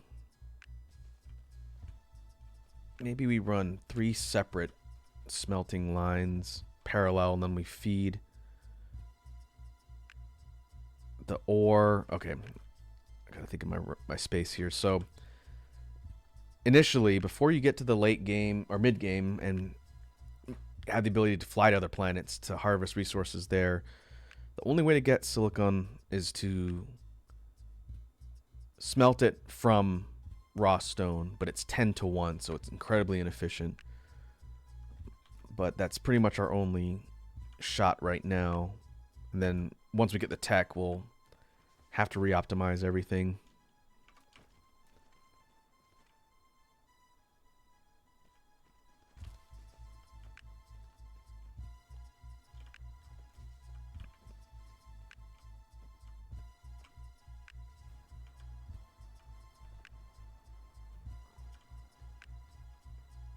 And I'm thinking we just build out this sort of beach area. And we set up our smelters here. So 10 to 1. I think 6 is the absolute max we can do before we exhaust the capacity of the belt. We'll test that here. I honestly don't remember.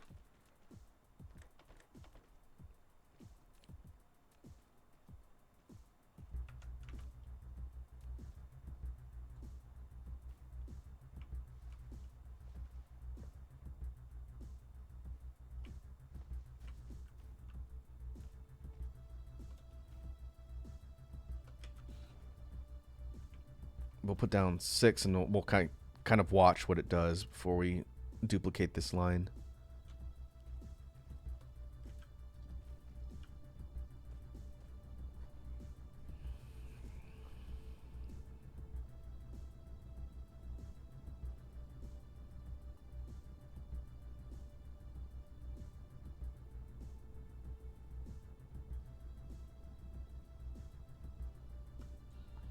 Presun says, I didn't mean to type L. I must happen when I put my phone in my pocket. I was doing first aid for the last 10 minutes and bandaging up my fingers. I had to go out and get some burn cream, but I feel better now. Well, that's good. I didn't know exactly why you were posting an L in chat. Either something else happened or I did something L-worthy, but I gotcha. Okay, looks like one line will supply 3. So instead of doing multiple lines of 3, I'm gonna merge this one.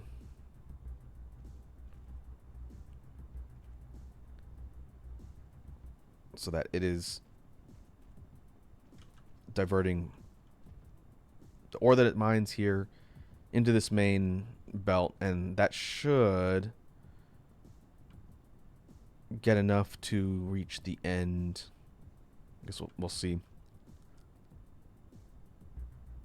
That'll be enough to reach 5, but will it reach 6? So we're probably going to do 9. I'll just do another line from this one. Maybe we do... Let's do 2 and 2. We'll do 6. 6 and 6. Just set up another mining machine here.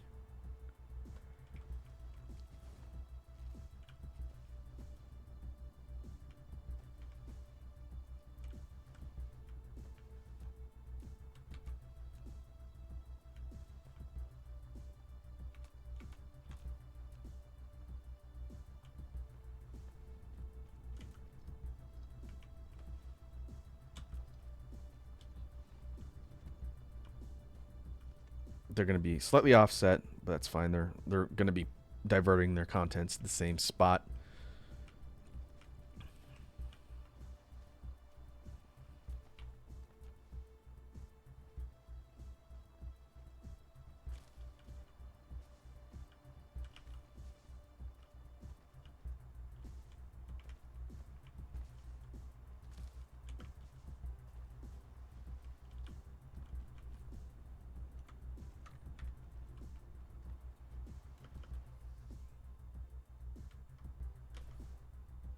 Okay, let's keep an eye on our fuel. I have to go grab some more combustible units in a sec.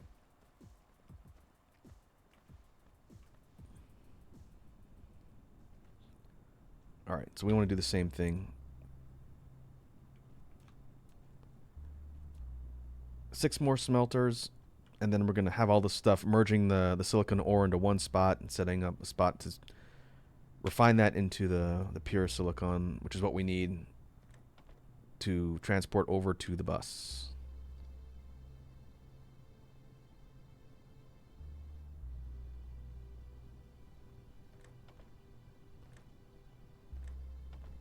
Presun says, nah, ain't seen you take many L's. Well, it depends what I'm doing. Oh no, we want this. Not that. I take plenty L's in Monster Hunter.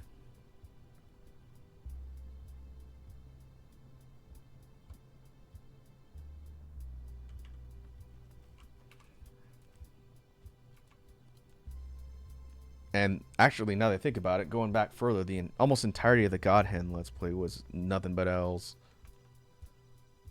Because that's the God Hand experience. That's what you expect.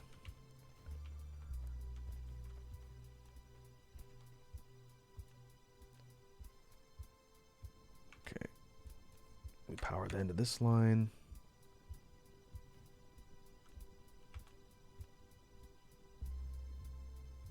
We're going to wrap this around here. And this around here. Set up an overflow using a splitter here. Nope. Yep. And this is going to be our source to feed into smelters for the refined silicon, which is, that's smelting, right? Yep. Yep, smelting facility.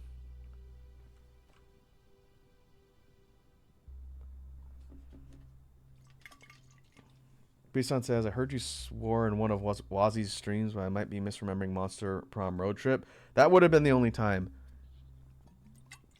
As I was reading lines. I am normally a pure say-so boy every other time. But if I'm reading lines from something, then I'm not going to alter the original script. Plus, I get to do funny voices.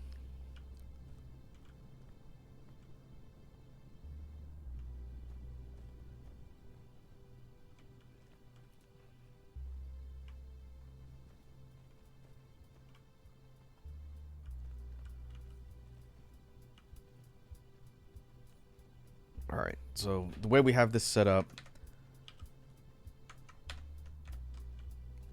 all of the silicon ore is being diverted here, and then this overflow will stack up when the production eventually slows.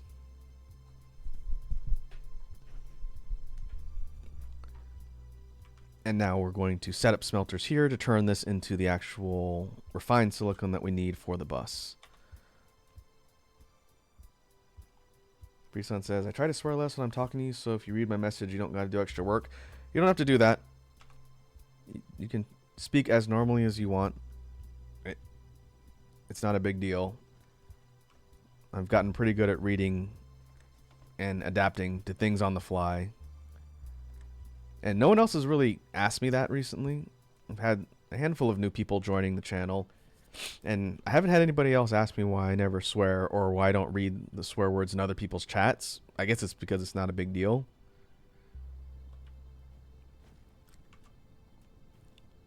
But there's no rules against other people writing profanity in chat. Just don't direct it towards each other is the only thing I ask, which none of you do. I've never had a problem with that so far, knock on wood.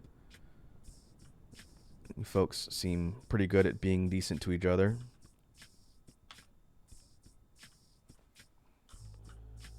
Okay, we're going to set over... Actually, no, we're not going to set an overflow up here. We're running this belt all the way over to the bus, which isn't that far. Hey, Ryura's here. What's up, dude? I haven't seen you in a minute. How are you? Hope you're having a good Thursday evening. Hope everything's going well at the new job. And the last time I heard something from you, you were starting a new job up. So hopefully that is going well.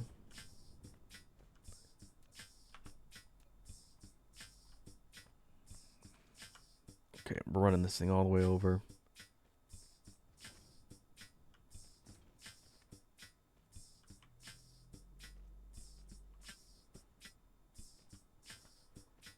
Eventually, we're going to need to put a turret here. I don't have any missiles on hand. Once we get this added to the bus, we're going to need to look at the combustible units and then the, what's it called, thrusters? Let me check. These things, engines, regular engines. These are electric motors, okay? So we need to get combustible units and engines onto the bus too. Those are two pretty critical things. We need to make missiles.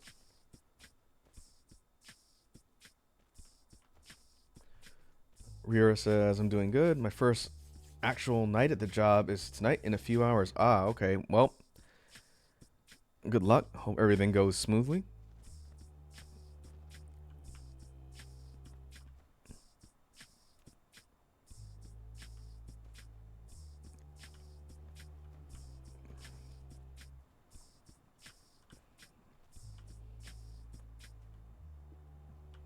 All right. Thankfully, because we rearranged the belts, it's not too difficult to run additional things just through this kind of gap between them and connect them up to their spots here.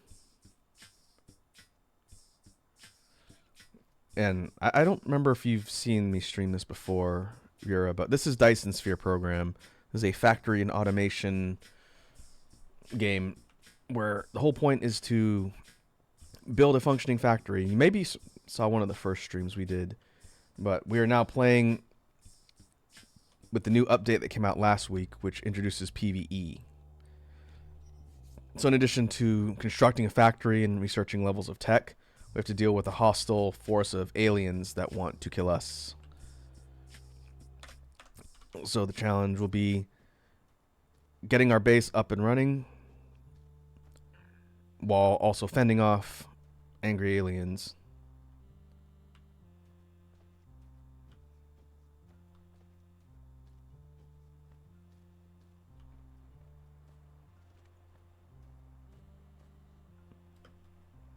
And it's pretty fascinating game. It's a little bit complex to kind of pick up in the beginning when you're just learning, but the potential for a lot of really cool stuff as you get further into the game is pretty interesting. Like, here to kind of give you a sense of scale and scope for this game, right? We started here on this planet. This is Homeworld, and all the stuff you see here is this factory that we built.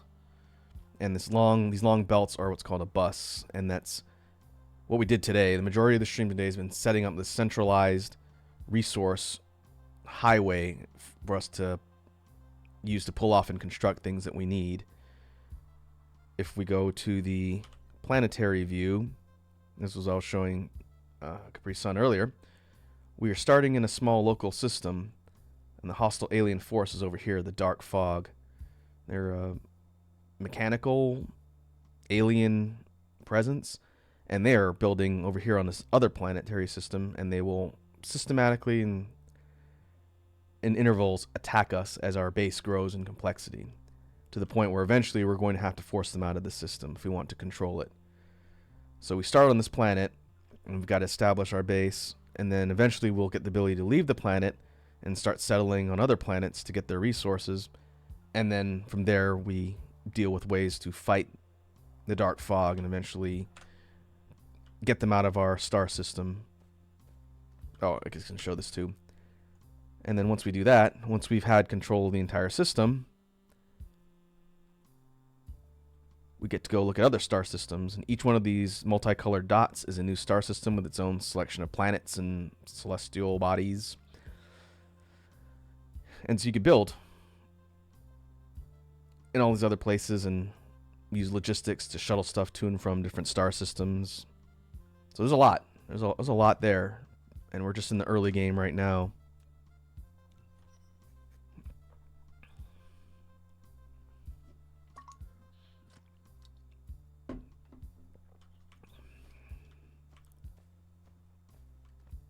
All right.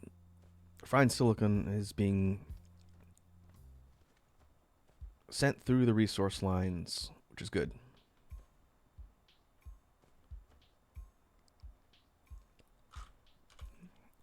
Let's keep expanding the bus. Colliding with another object.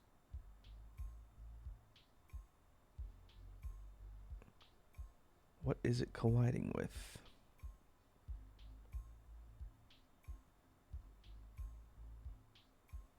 Shouldn't be colliding with anything.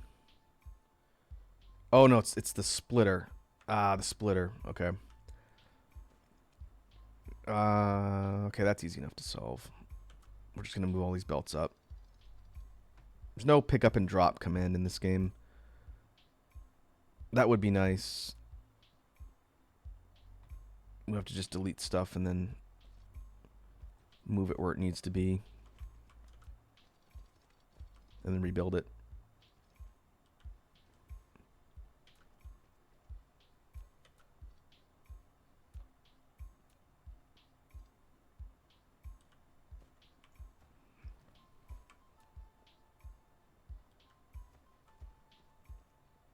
Actually, I wonder, can I drag this across at a diagonal?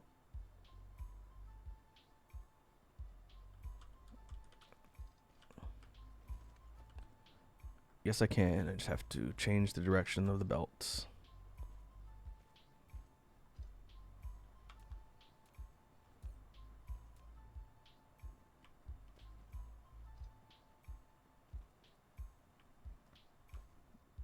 And then likewise for the gears down here.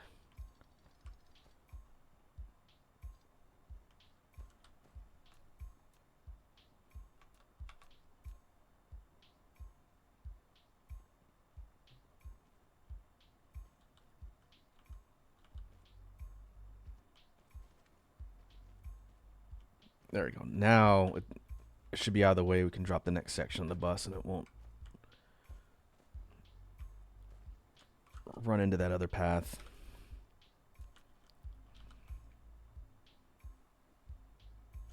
Yep, there you go. And we're out of belts.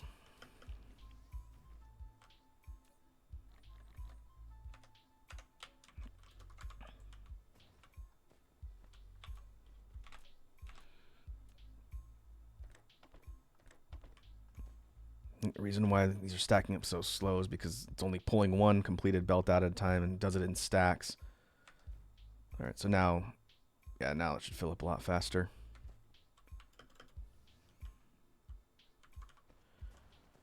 Okay, let me save again. I need to go run to the little Raku's room and fry some chicken real quick. So I'm actually not going to let it run because that's going to tick up the enemy aggro counter. So instead, I'm going to pause. And then I'll let the BGM play so it's not dead silent. And I will be back in 1 minute.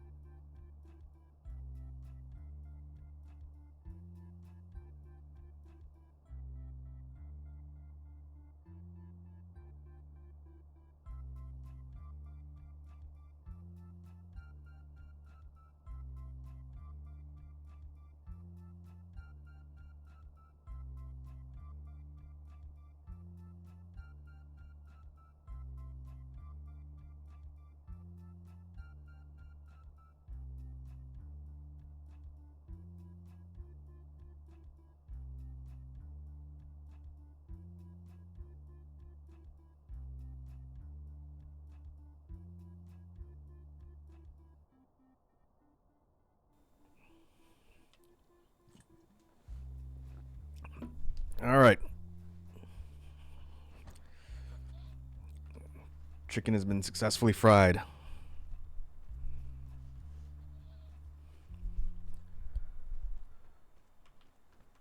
Oh, I see. We have a drop a beat redeem from Rira.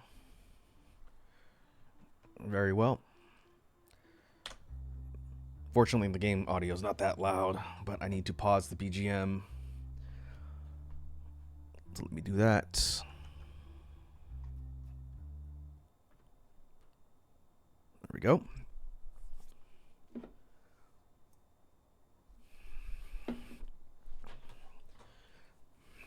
All right, let me think of something that we can do. Maybe something a little bit heavier and bassier than normal. First, headphones on. All right, I'll keep an eye on my audio, make sure I don't get too close. Let's give it a try.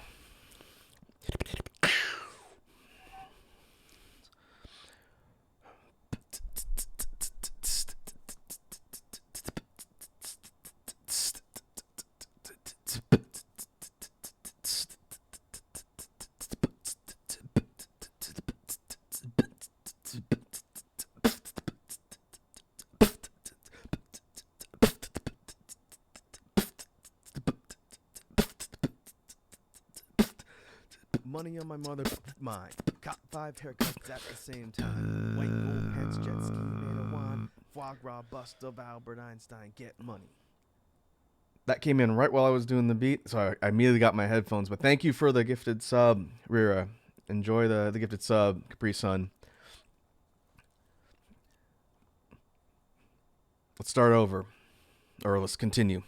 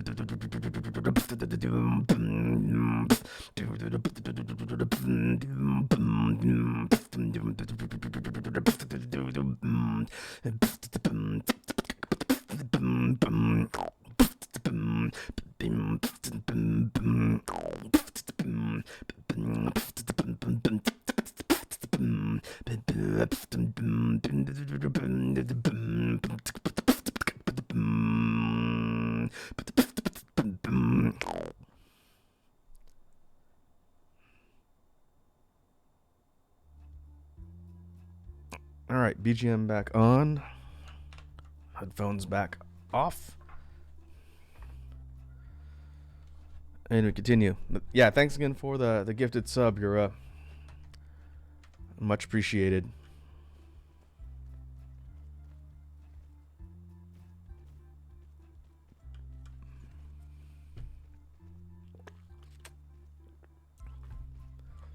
Yeah, don't worry about it, Capri Sun.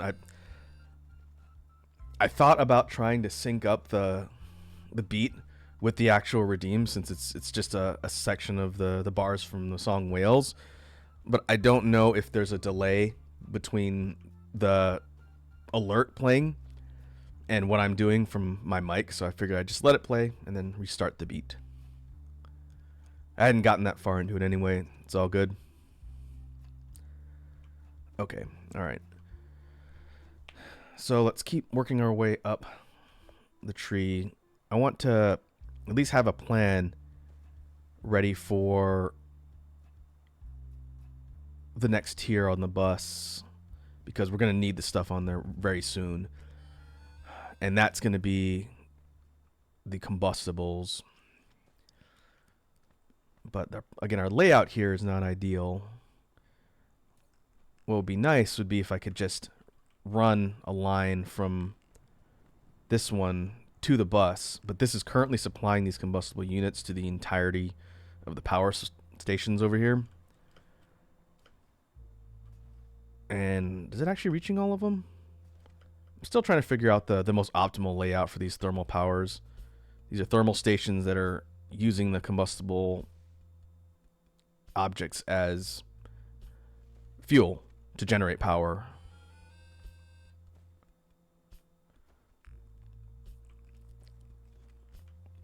but there is a limit. Eventually, if we put too many of these in place, they'll consume them faster than the sites are producing them over here.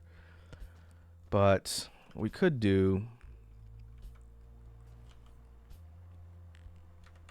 is set up some more mining units here and then funnel all of the combustible units up and around. They've got to hit the entrance of the bus with everything else. So maybe that's the best way to do it, since there's a big patch of coal right here. Handy. And then it was right next to the other side of coal.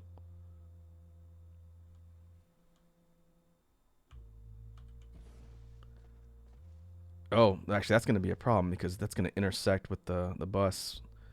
We're actually going to have to bury some of these in order to make room. Like, just for reference so we don't forget.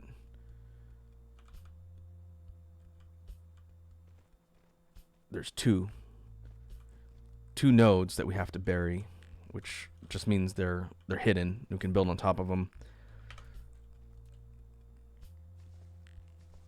Okay. That really makes it a bit difficult. We have to kind of angle our mining machines this way.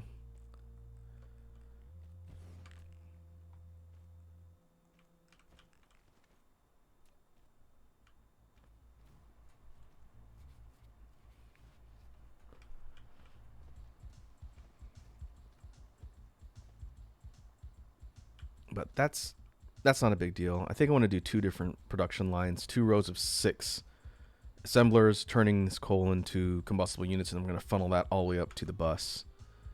So to do that, we're going to need to build out this way. Give ourselves some room. And I think my mech is running out of fuel. Yep, we are out.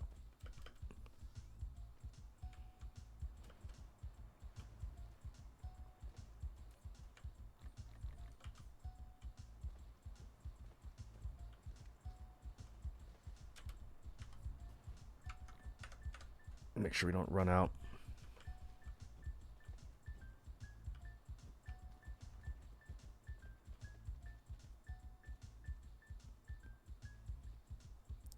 Maybe let's put the assemblers on top. We're gonna run the belts all the way over. They're gonna be floating up in the air above all of the factory stuff here, and then they'll wrap around and sync up with the actual entrance to the bus.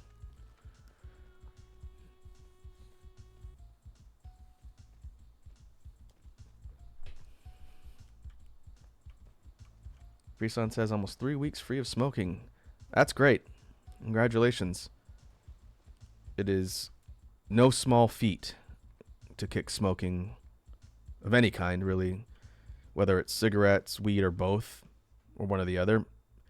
That's not easy, but if you can stick to it, then that's good.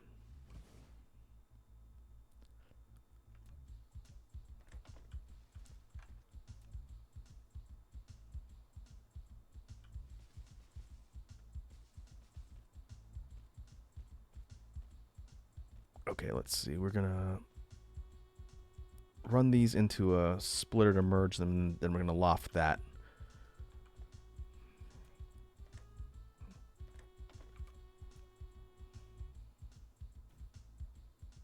Presun says had a lot of help from mood stabilizers.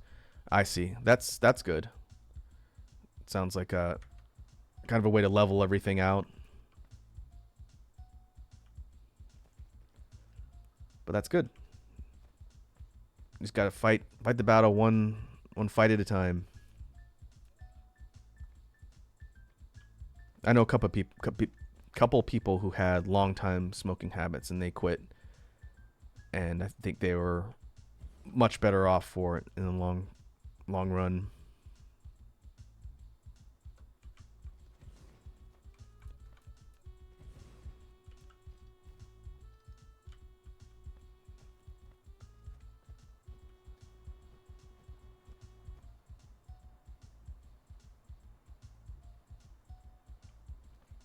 Okay, let's take a splitter. We're gonna put it right here. Come on. Here. And then I'm gonna take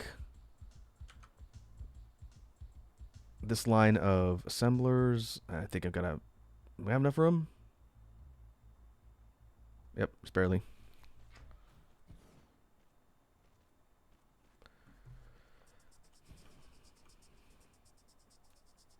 And we run this line into the bottom or the top. That's fine.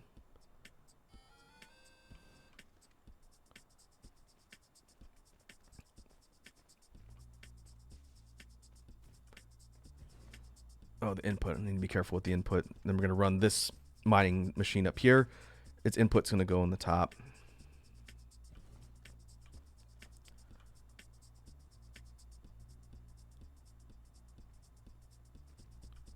Does it have enough clearance? It does. Perfect.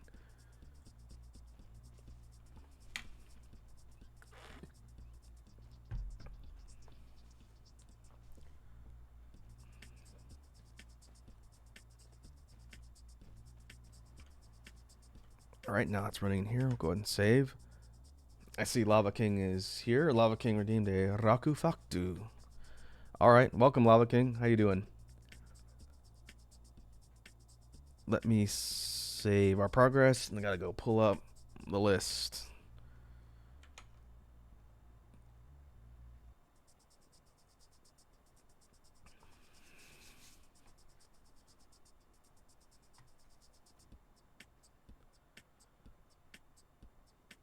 Give me a second. I need to pull up the Excel document that has all the stuff that I've rattled off. I need to write some more homeworld lore facts for you folks, too. It's been a long time since I've done one of those. Brisson says, I can't see Lava King. I wonder if Twitch is glitching. I could tell you. I can see him in the chat. Could be a delay. But, yeah, I see him. Okay. Your real-world fact about me, and I can't remember when was the last time I talked about this. Maybe never. This might be completely brand new to any of you folks.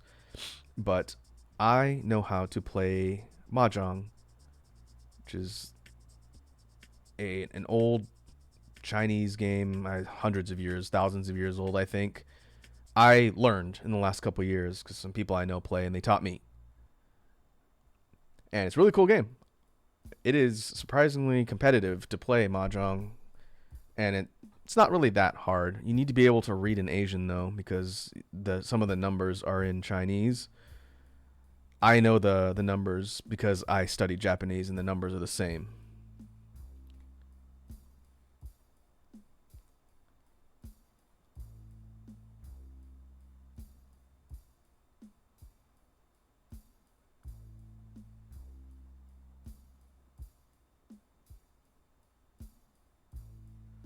Okay, let me save this and mark this one off. I think the last time I had a factor demon, I gave you guys a garden watch update. I probably won't be doing those until the next warm season because my garden is not doing anything as it is winter. And most of my stuff is dead. I'm pretty much down to rosemary and green onion plants. And it'll be like that until the weather gets warm in like April.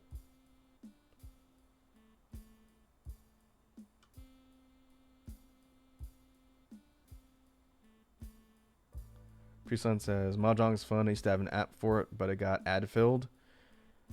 I've never played a digital version of Mahjong. When I went to Japan with Wazi and Matt, I got a chance to play one of the machines in the arcade. It's like a digital version of Mahjong in Japanese, but you can play against other people that are connected, kind of like you do at fighting games. So that was interesting. Okay, 63.5% aggression. Let's keep moving. Let's try and get a couple more things synced up on the bus before we call it for today.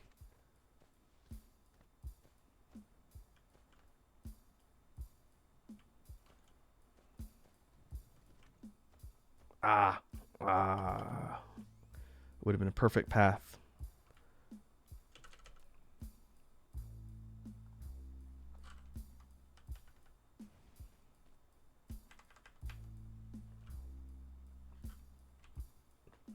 That should work. Come on. Just want to loft everything. Yep.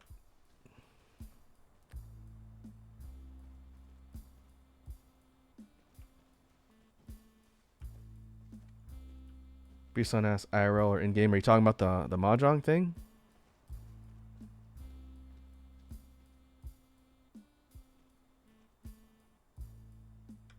Need to be careful I don't cause my belt to wrap around.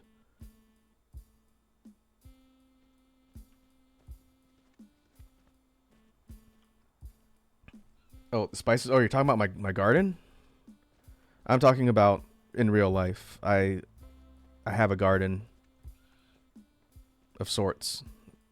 I don't have like a yard, but in the warm season I grow plants on my balcony.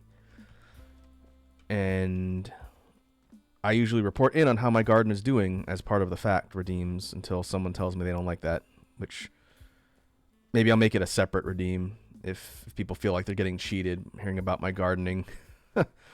But yeah, during the warm season this year, because I'm assuming you weren't here for those updates if you're asking what I'm talking about, I grew cherry tomatoes, basil, green onions, and rosemary this year.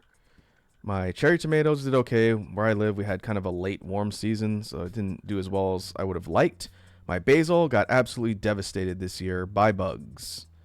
My basil plants were a real bust, and that is kind of annoying. Last year we did pretty decently. This year my basil got smoked. My rosemary, it's like a kind of a short bush, and it's been there for a while. That's doing fine. But next year, I'll see what kind of stuff I can grow. I use a lot of basil in cooking. That's why I wanted to put it into a garden.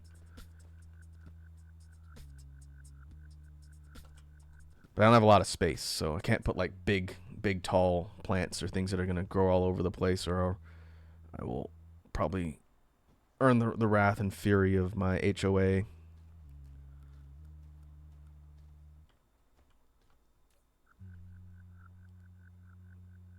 Okay, the refined silicon is not filling up super quick. Probably because it smelts so slowly. That's a temporary problem, I think. Like the site we set up all the way over here, it's not yielding a lot. 6 total smelters. Are they even all active? No. Yeah, that's what I thought was going to happen. Yeah. Really, it's only the first 3 that are getting enough. Okay, that's a temporary problem. We just need to make do for now. Eventually, when we get off world, we'll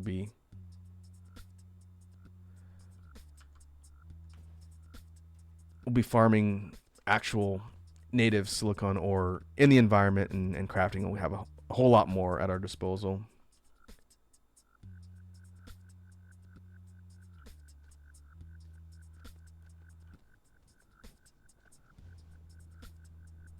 Okay.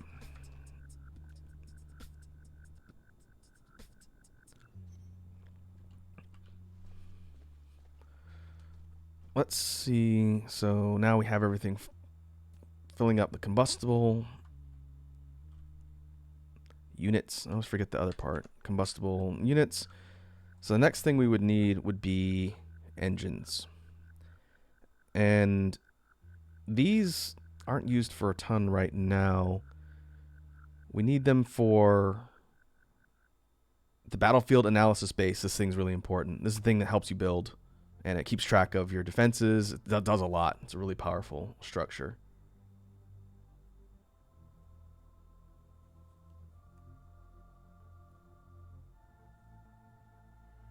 Lava King says, I love action. Yu Yu Hakusho slaps. I like Yu Yu Hakusho. I haven't watched it, but I read it. I read a lot of it. First 2 arcs. It's pretty good. Cool characters, cool storylines. Preson says, I heard it was trash after Cowboy Bebop. I gave up on anime live action. Oh, live action Yu Yu Hakusho slaps. I see Lava King. Interesting. They've actually been on a pretty good run of the live action anime adaptations on Netflix, Capri Sun. I've heard One Piece is pretty good too.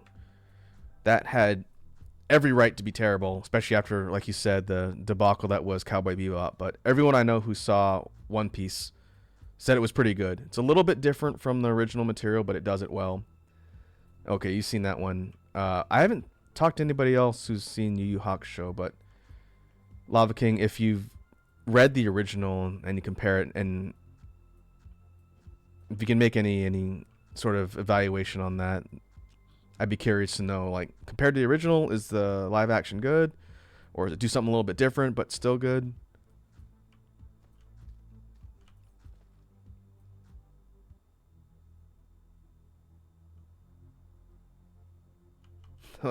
Lava King says, in all caps, people, Cowboy Bebop was not that bad. Do not write everything off because of Cowboy Bebop. I don't know, man. Maybe it wasn't the worst thing ever in the history of media, but it was pretty bad. At least at the end. Maybe people have a really negative perception of it because it ended with the introduction of Ed, and that was really bad. But yeah, it could have been a lot better. I feel bad for the actor that they got to play Ed in the live action Cowboy Bebop. They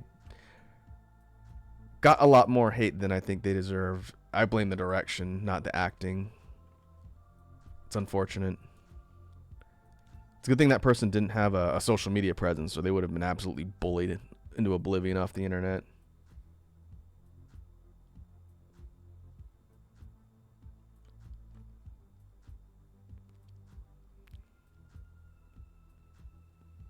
There's been a lot of live action anime adaptations recently. I wonder how there was a JoJo Part 4 adaptation, right? I wonder how that was.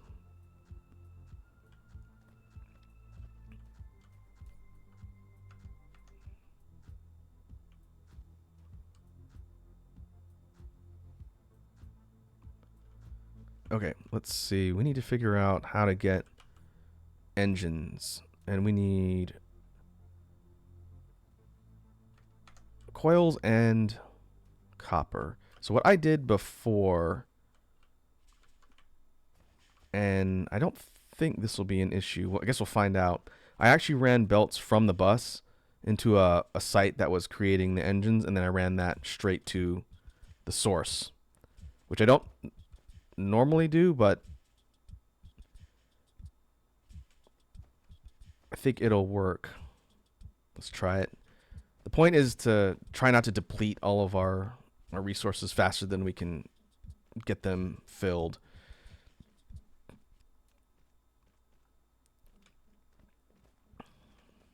But if that's an issue, we're going to see that right away. So instead, let's set up like half a dozen. Let's set up 6 assemblers to create engines. Run that to the bus, and we'll see if that's enough.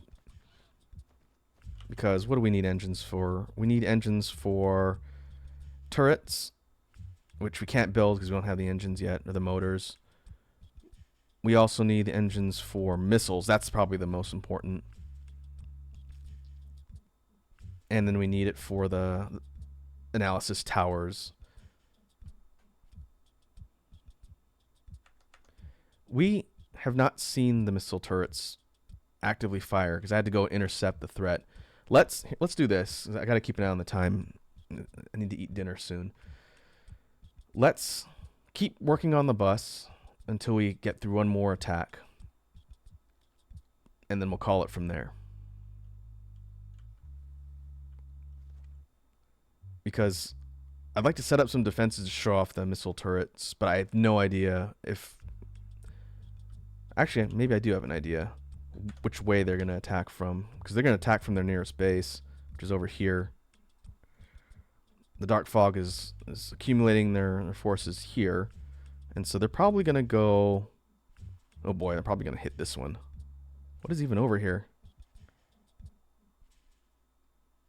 I don't know. They could go the other side too. They could fly all the way around the planet and hit us up here, and that would be bad.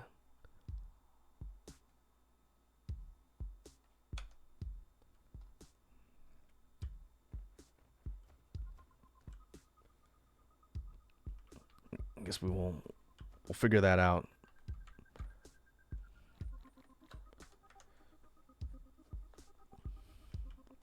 Lava King, by the way, Raku, how's the tech farm? Are you talking about in this game? Like what we've been doing here? What tech farm specifically are you talking about, Lava King? Ah. Well, we had to start a new file. I think you were there for the previous streams where we did this. Because the update came out last week that introduced the PvE stuff I was talking about, we had to start a new file. And so I actually created this one offline and got it to a point a little bit into the early game. And then today we've been revamping the entire base layout for the central production manufacturing bus. That's what it's called. And so you can see it's a structured, organized way to centralize all of your raw components so that you can set up your manufacturing facilities that use the components down here. And so all the things I'm populating here are essential items that I need to grab and use for different things. We're not done by any means, but we started putting down the essentials, and I'm kind of going back and forth between adding in new production lines here and then adding more important resources we need on the bus further up. And so that's why we're doing this. And what I'm doing now is setting up production for engines. So we'll put those through here.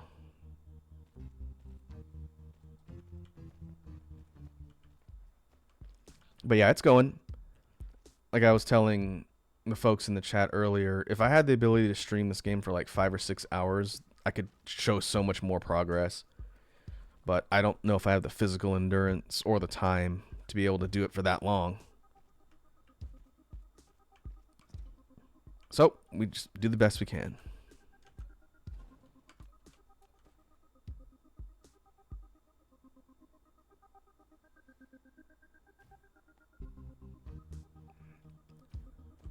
Okay, so we want to throw assemblers here. Let's do 6 of them for the engines, and that should be enough.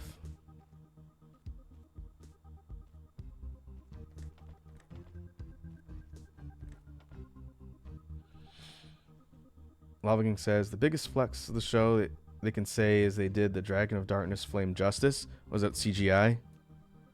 Imagine there's probably a lot of CGI effects.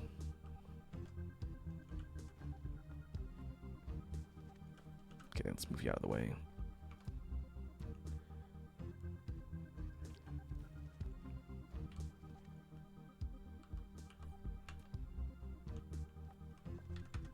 Oh, interesting. Lava King says, surprisingly less than you'd think. That is surprising.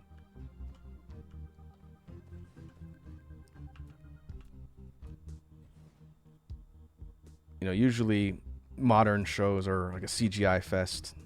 But if you can accomplish what you need with practical effects, then a lot of times that turns out pretty well.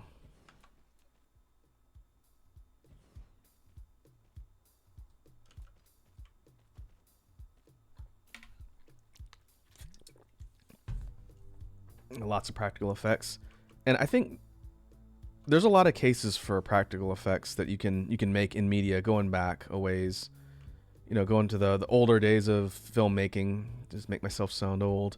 A good example I always like to cite for practical effects and how well they can come across in film would be one of my favorite movies, The Thing. John Carpenter's The Thing from the 80s. That is a very effective horror movie and one of the classics, you know, adapted from an older property from like one of the 40s or 50s. But John Carpenter's version, the practical effects are absolutely insane in The Thing, and they hold up pretty well, I'd say. I see even today, they hold up pretty well. And if you haven't seen The Thing, then you definitely should. Maybe that'd be a good thing to do for a movie night. It stars Kurt Russell, Keith David, Wilford Brimley.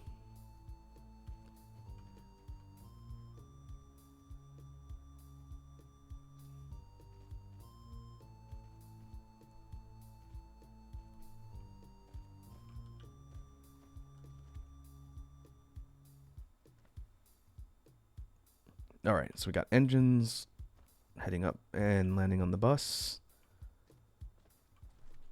Capri Sun says the thing scared the actual piss out of me as a child. It's a scary movie. I would say, like, by today's standards, it's not as scary as some of the stuff that's come out, but it's really more of the story.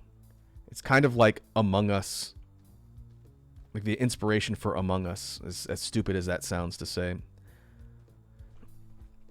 The idea of paranoia and suspense and unknowns is a lot of the main thematic things in the thing, and it does that really well.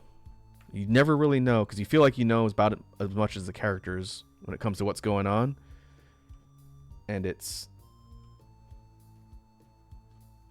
just builds that suspense and those unknown things and does that very well. It's a classic movie.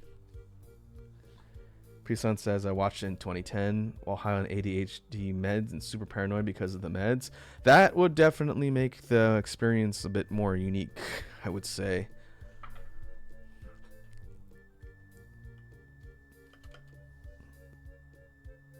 Okay, we're at 86%. The threat meter is definitely running up. So we will start preparing defenses.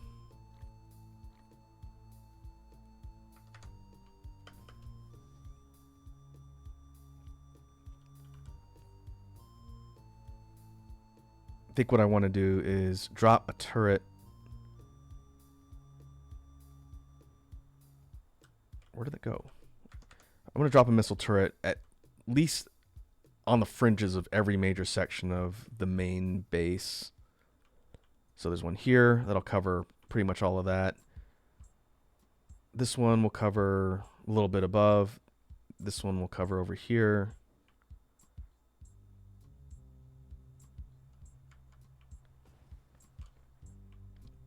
Maybe do a missile turret in here to help out this one. Lava King says, saw the Thing prequel. My dad is a big fan of the Thing ages ago. Talking about the remake they made in the early 2010s. Not remake. It's a prequel, but it's like a newer, more modern one. I saw that one too. I didn't think it was as good. They, interestingly enough, did all the effects in practical. Did all the effects. Yeah, I know it's a prequel, but it remakes parts of the story. It takes place before the Thing in the 80s. But they actually did all the effects practically, and then some bigwig from Hollywood came in and said, no, the kids like that CGI, so they went and CGI'd all the effects, which is very disappointing. Not as good.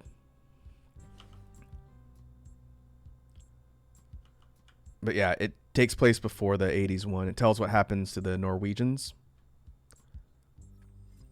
Turret is short of ammo. Most turrets. Okay, we need missiles. Let's see if we can get missiles from the bus in like 5 minutes. Let's see if I can do it.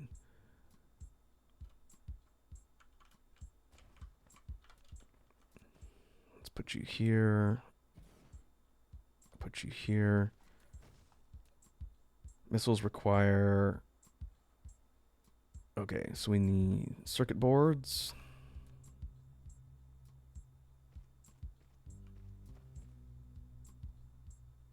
Is that gonna reach? Yeah. Circuit boards, copper, combustibles, engines. Okay.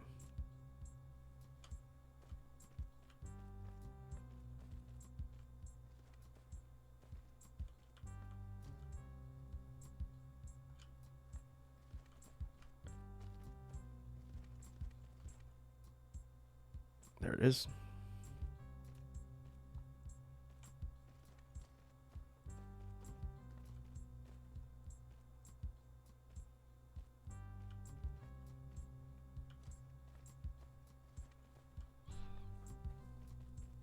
Yeah, I've never heard of Barton Mystery Lava King. I wonder if that's a regional thing. I've never heard of that show. Was it kind of like a paranormal show like X-Files or Outer Limits?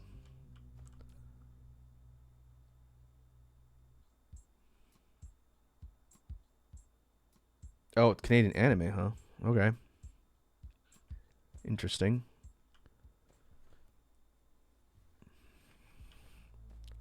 Okay, so we got this thing. Yeah, this thing is churning out missiles slowly. How many do I have? Oh, I have none. I guess I should have done this earlier, but oh well. It should be fine. Depending on what direction we get attacked from. This one's down to 26.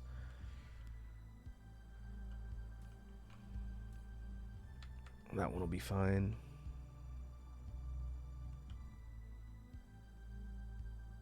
Oh, I see. So it's like X-Files, everything is Monster of the Week or Alien of the Week. I remember X-Files. That was a good show. Surprised they haven't bothered to bring it back or do like a reboot.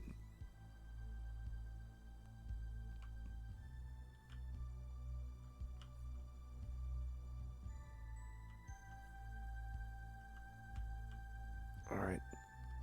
Maybe I should just grab some of the missiles from the production site and throw them in there. Better than nothing.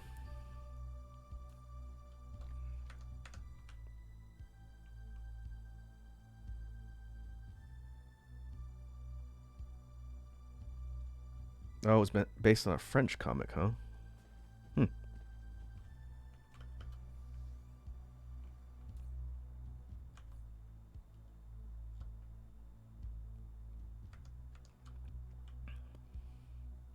Okay, 94%, getting close.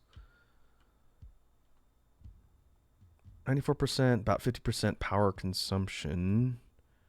A little less than 50, more like 40.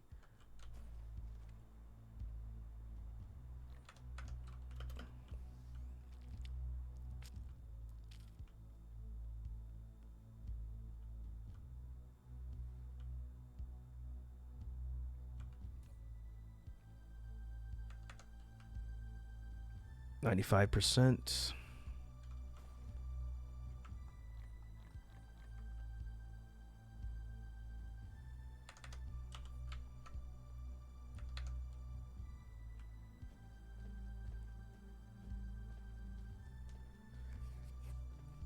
Lava King asks, Raku, did you watch or like Totally Spies?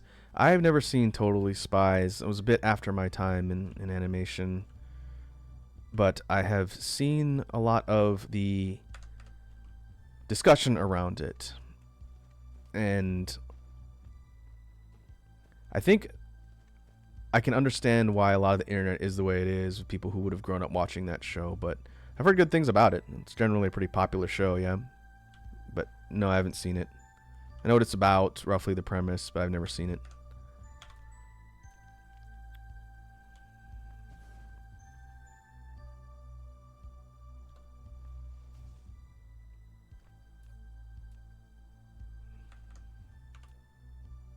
Alright, almost 97%. That's probably going to be like 30 something incoming enemies. That's going to be interesting. Okay, we'll do science labs or matrix labs rather.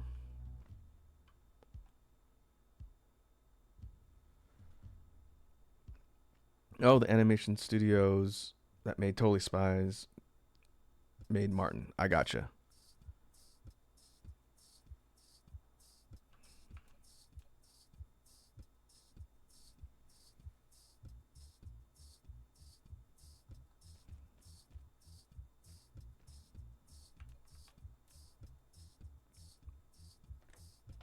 %. So this one we need circuit boards, iron ingots, glass,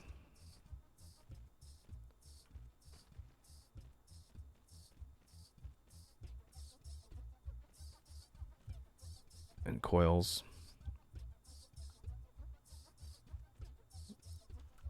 I'll just wind it. That's fine. A little less pretty. That's okay. Okay, 99%. Got ready for an attack.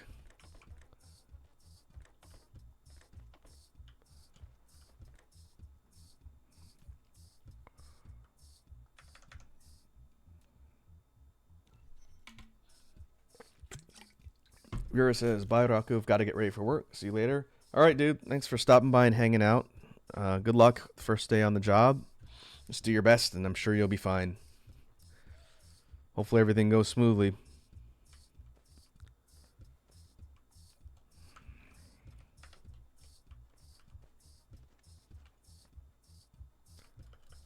All right.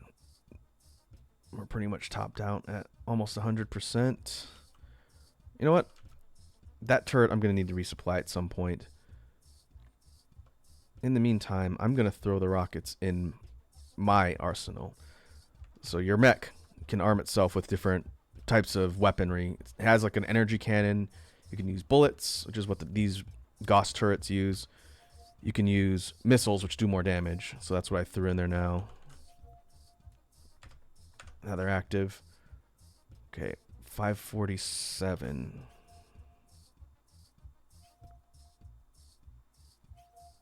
Okay, they're coming in from here. They're making a beeline to that southern, or I don't know if that's south, but they're making a beeline towards that site.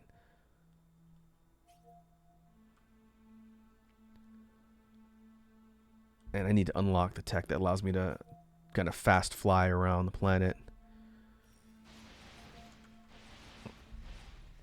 Alright, back off, you stinkers. 32 left. Okay, that's a big wave. We want to keep them off of our structures. In addition to my mech's missiles, I also have these drones that are flying around. They also do damage. They're pretty effective, but uh-oh. They're going to get outpaced, so I'm going to need to continue to upgrade those. Alright, there it looks like they're trying to pincer me. Just keep going for my wind turbines. Very rude. Okay. I'm trying to intercept.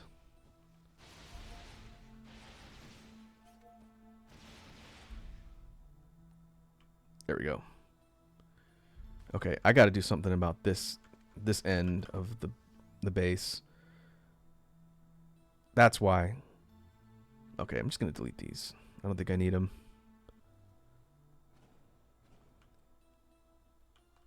They get in range of this turret. Yeah, it's not empty.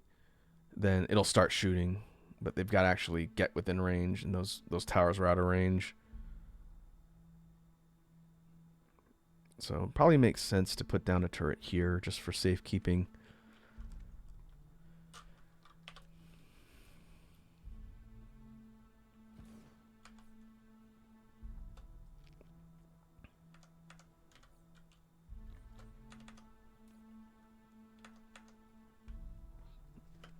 And just for explanation purposes, the first early game waves, like we've been seeing so far, are not that bad as long as you can firefight and either set up defenses or get close enough to help your defenses out. As the game progresses, the strength and complexity of what they hit you with is going to go up.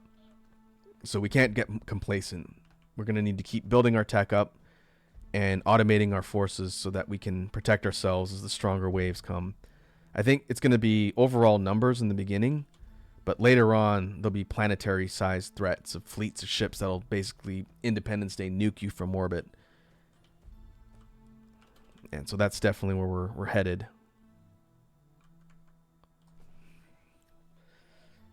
But I think we will go ahead and save our progress, and we will call it there for today.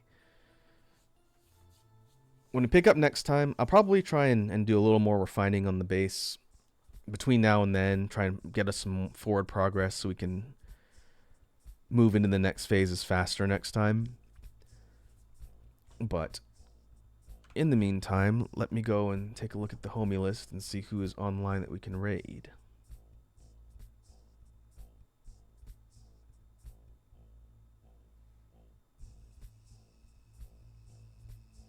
I wonder if there's any VTubers playing this game.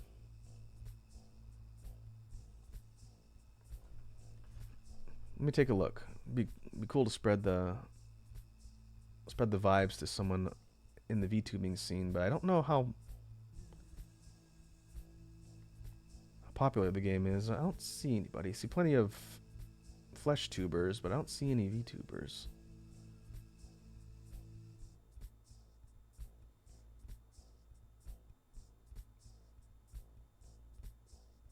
That's fine. Let's go raid. Let's raid Gutter Snipe.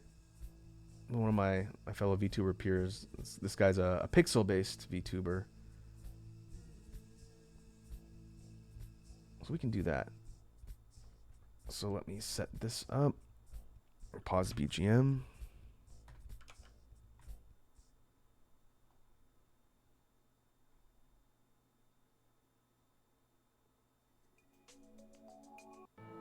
And we'll go to outro.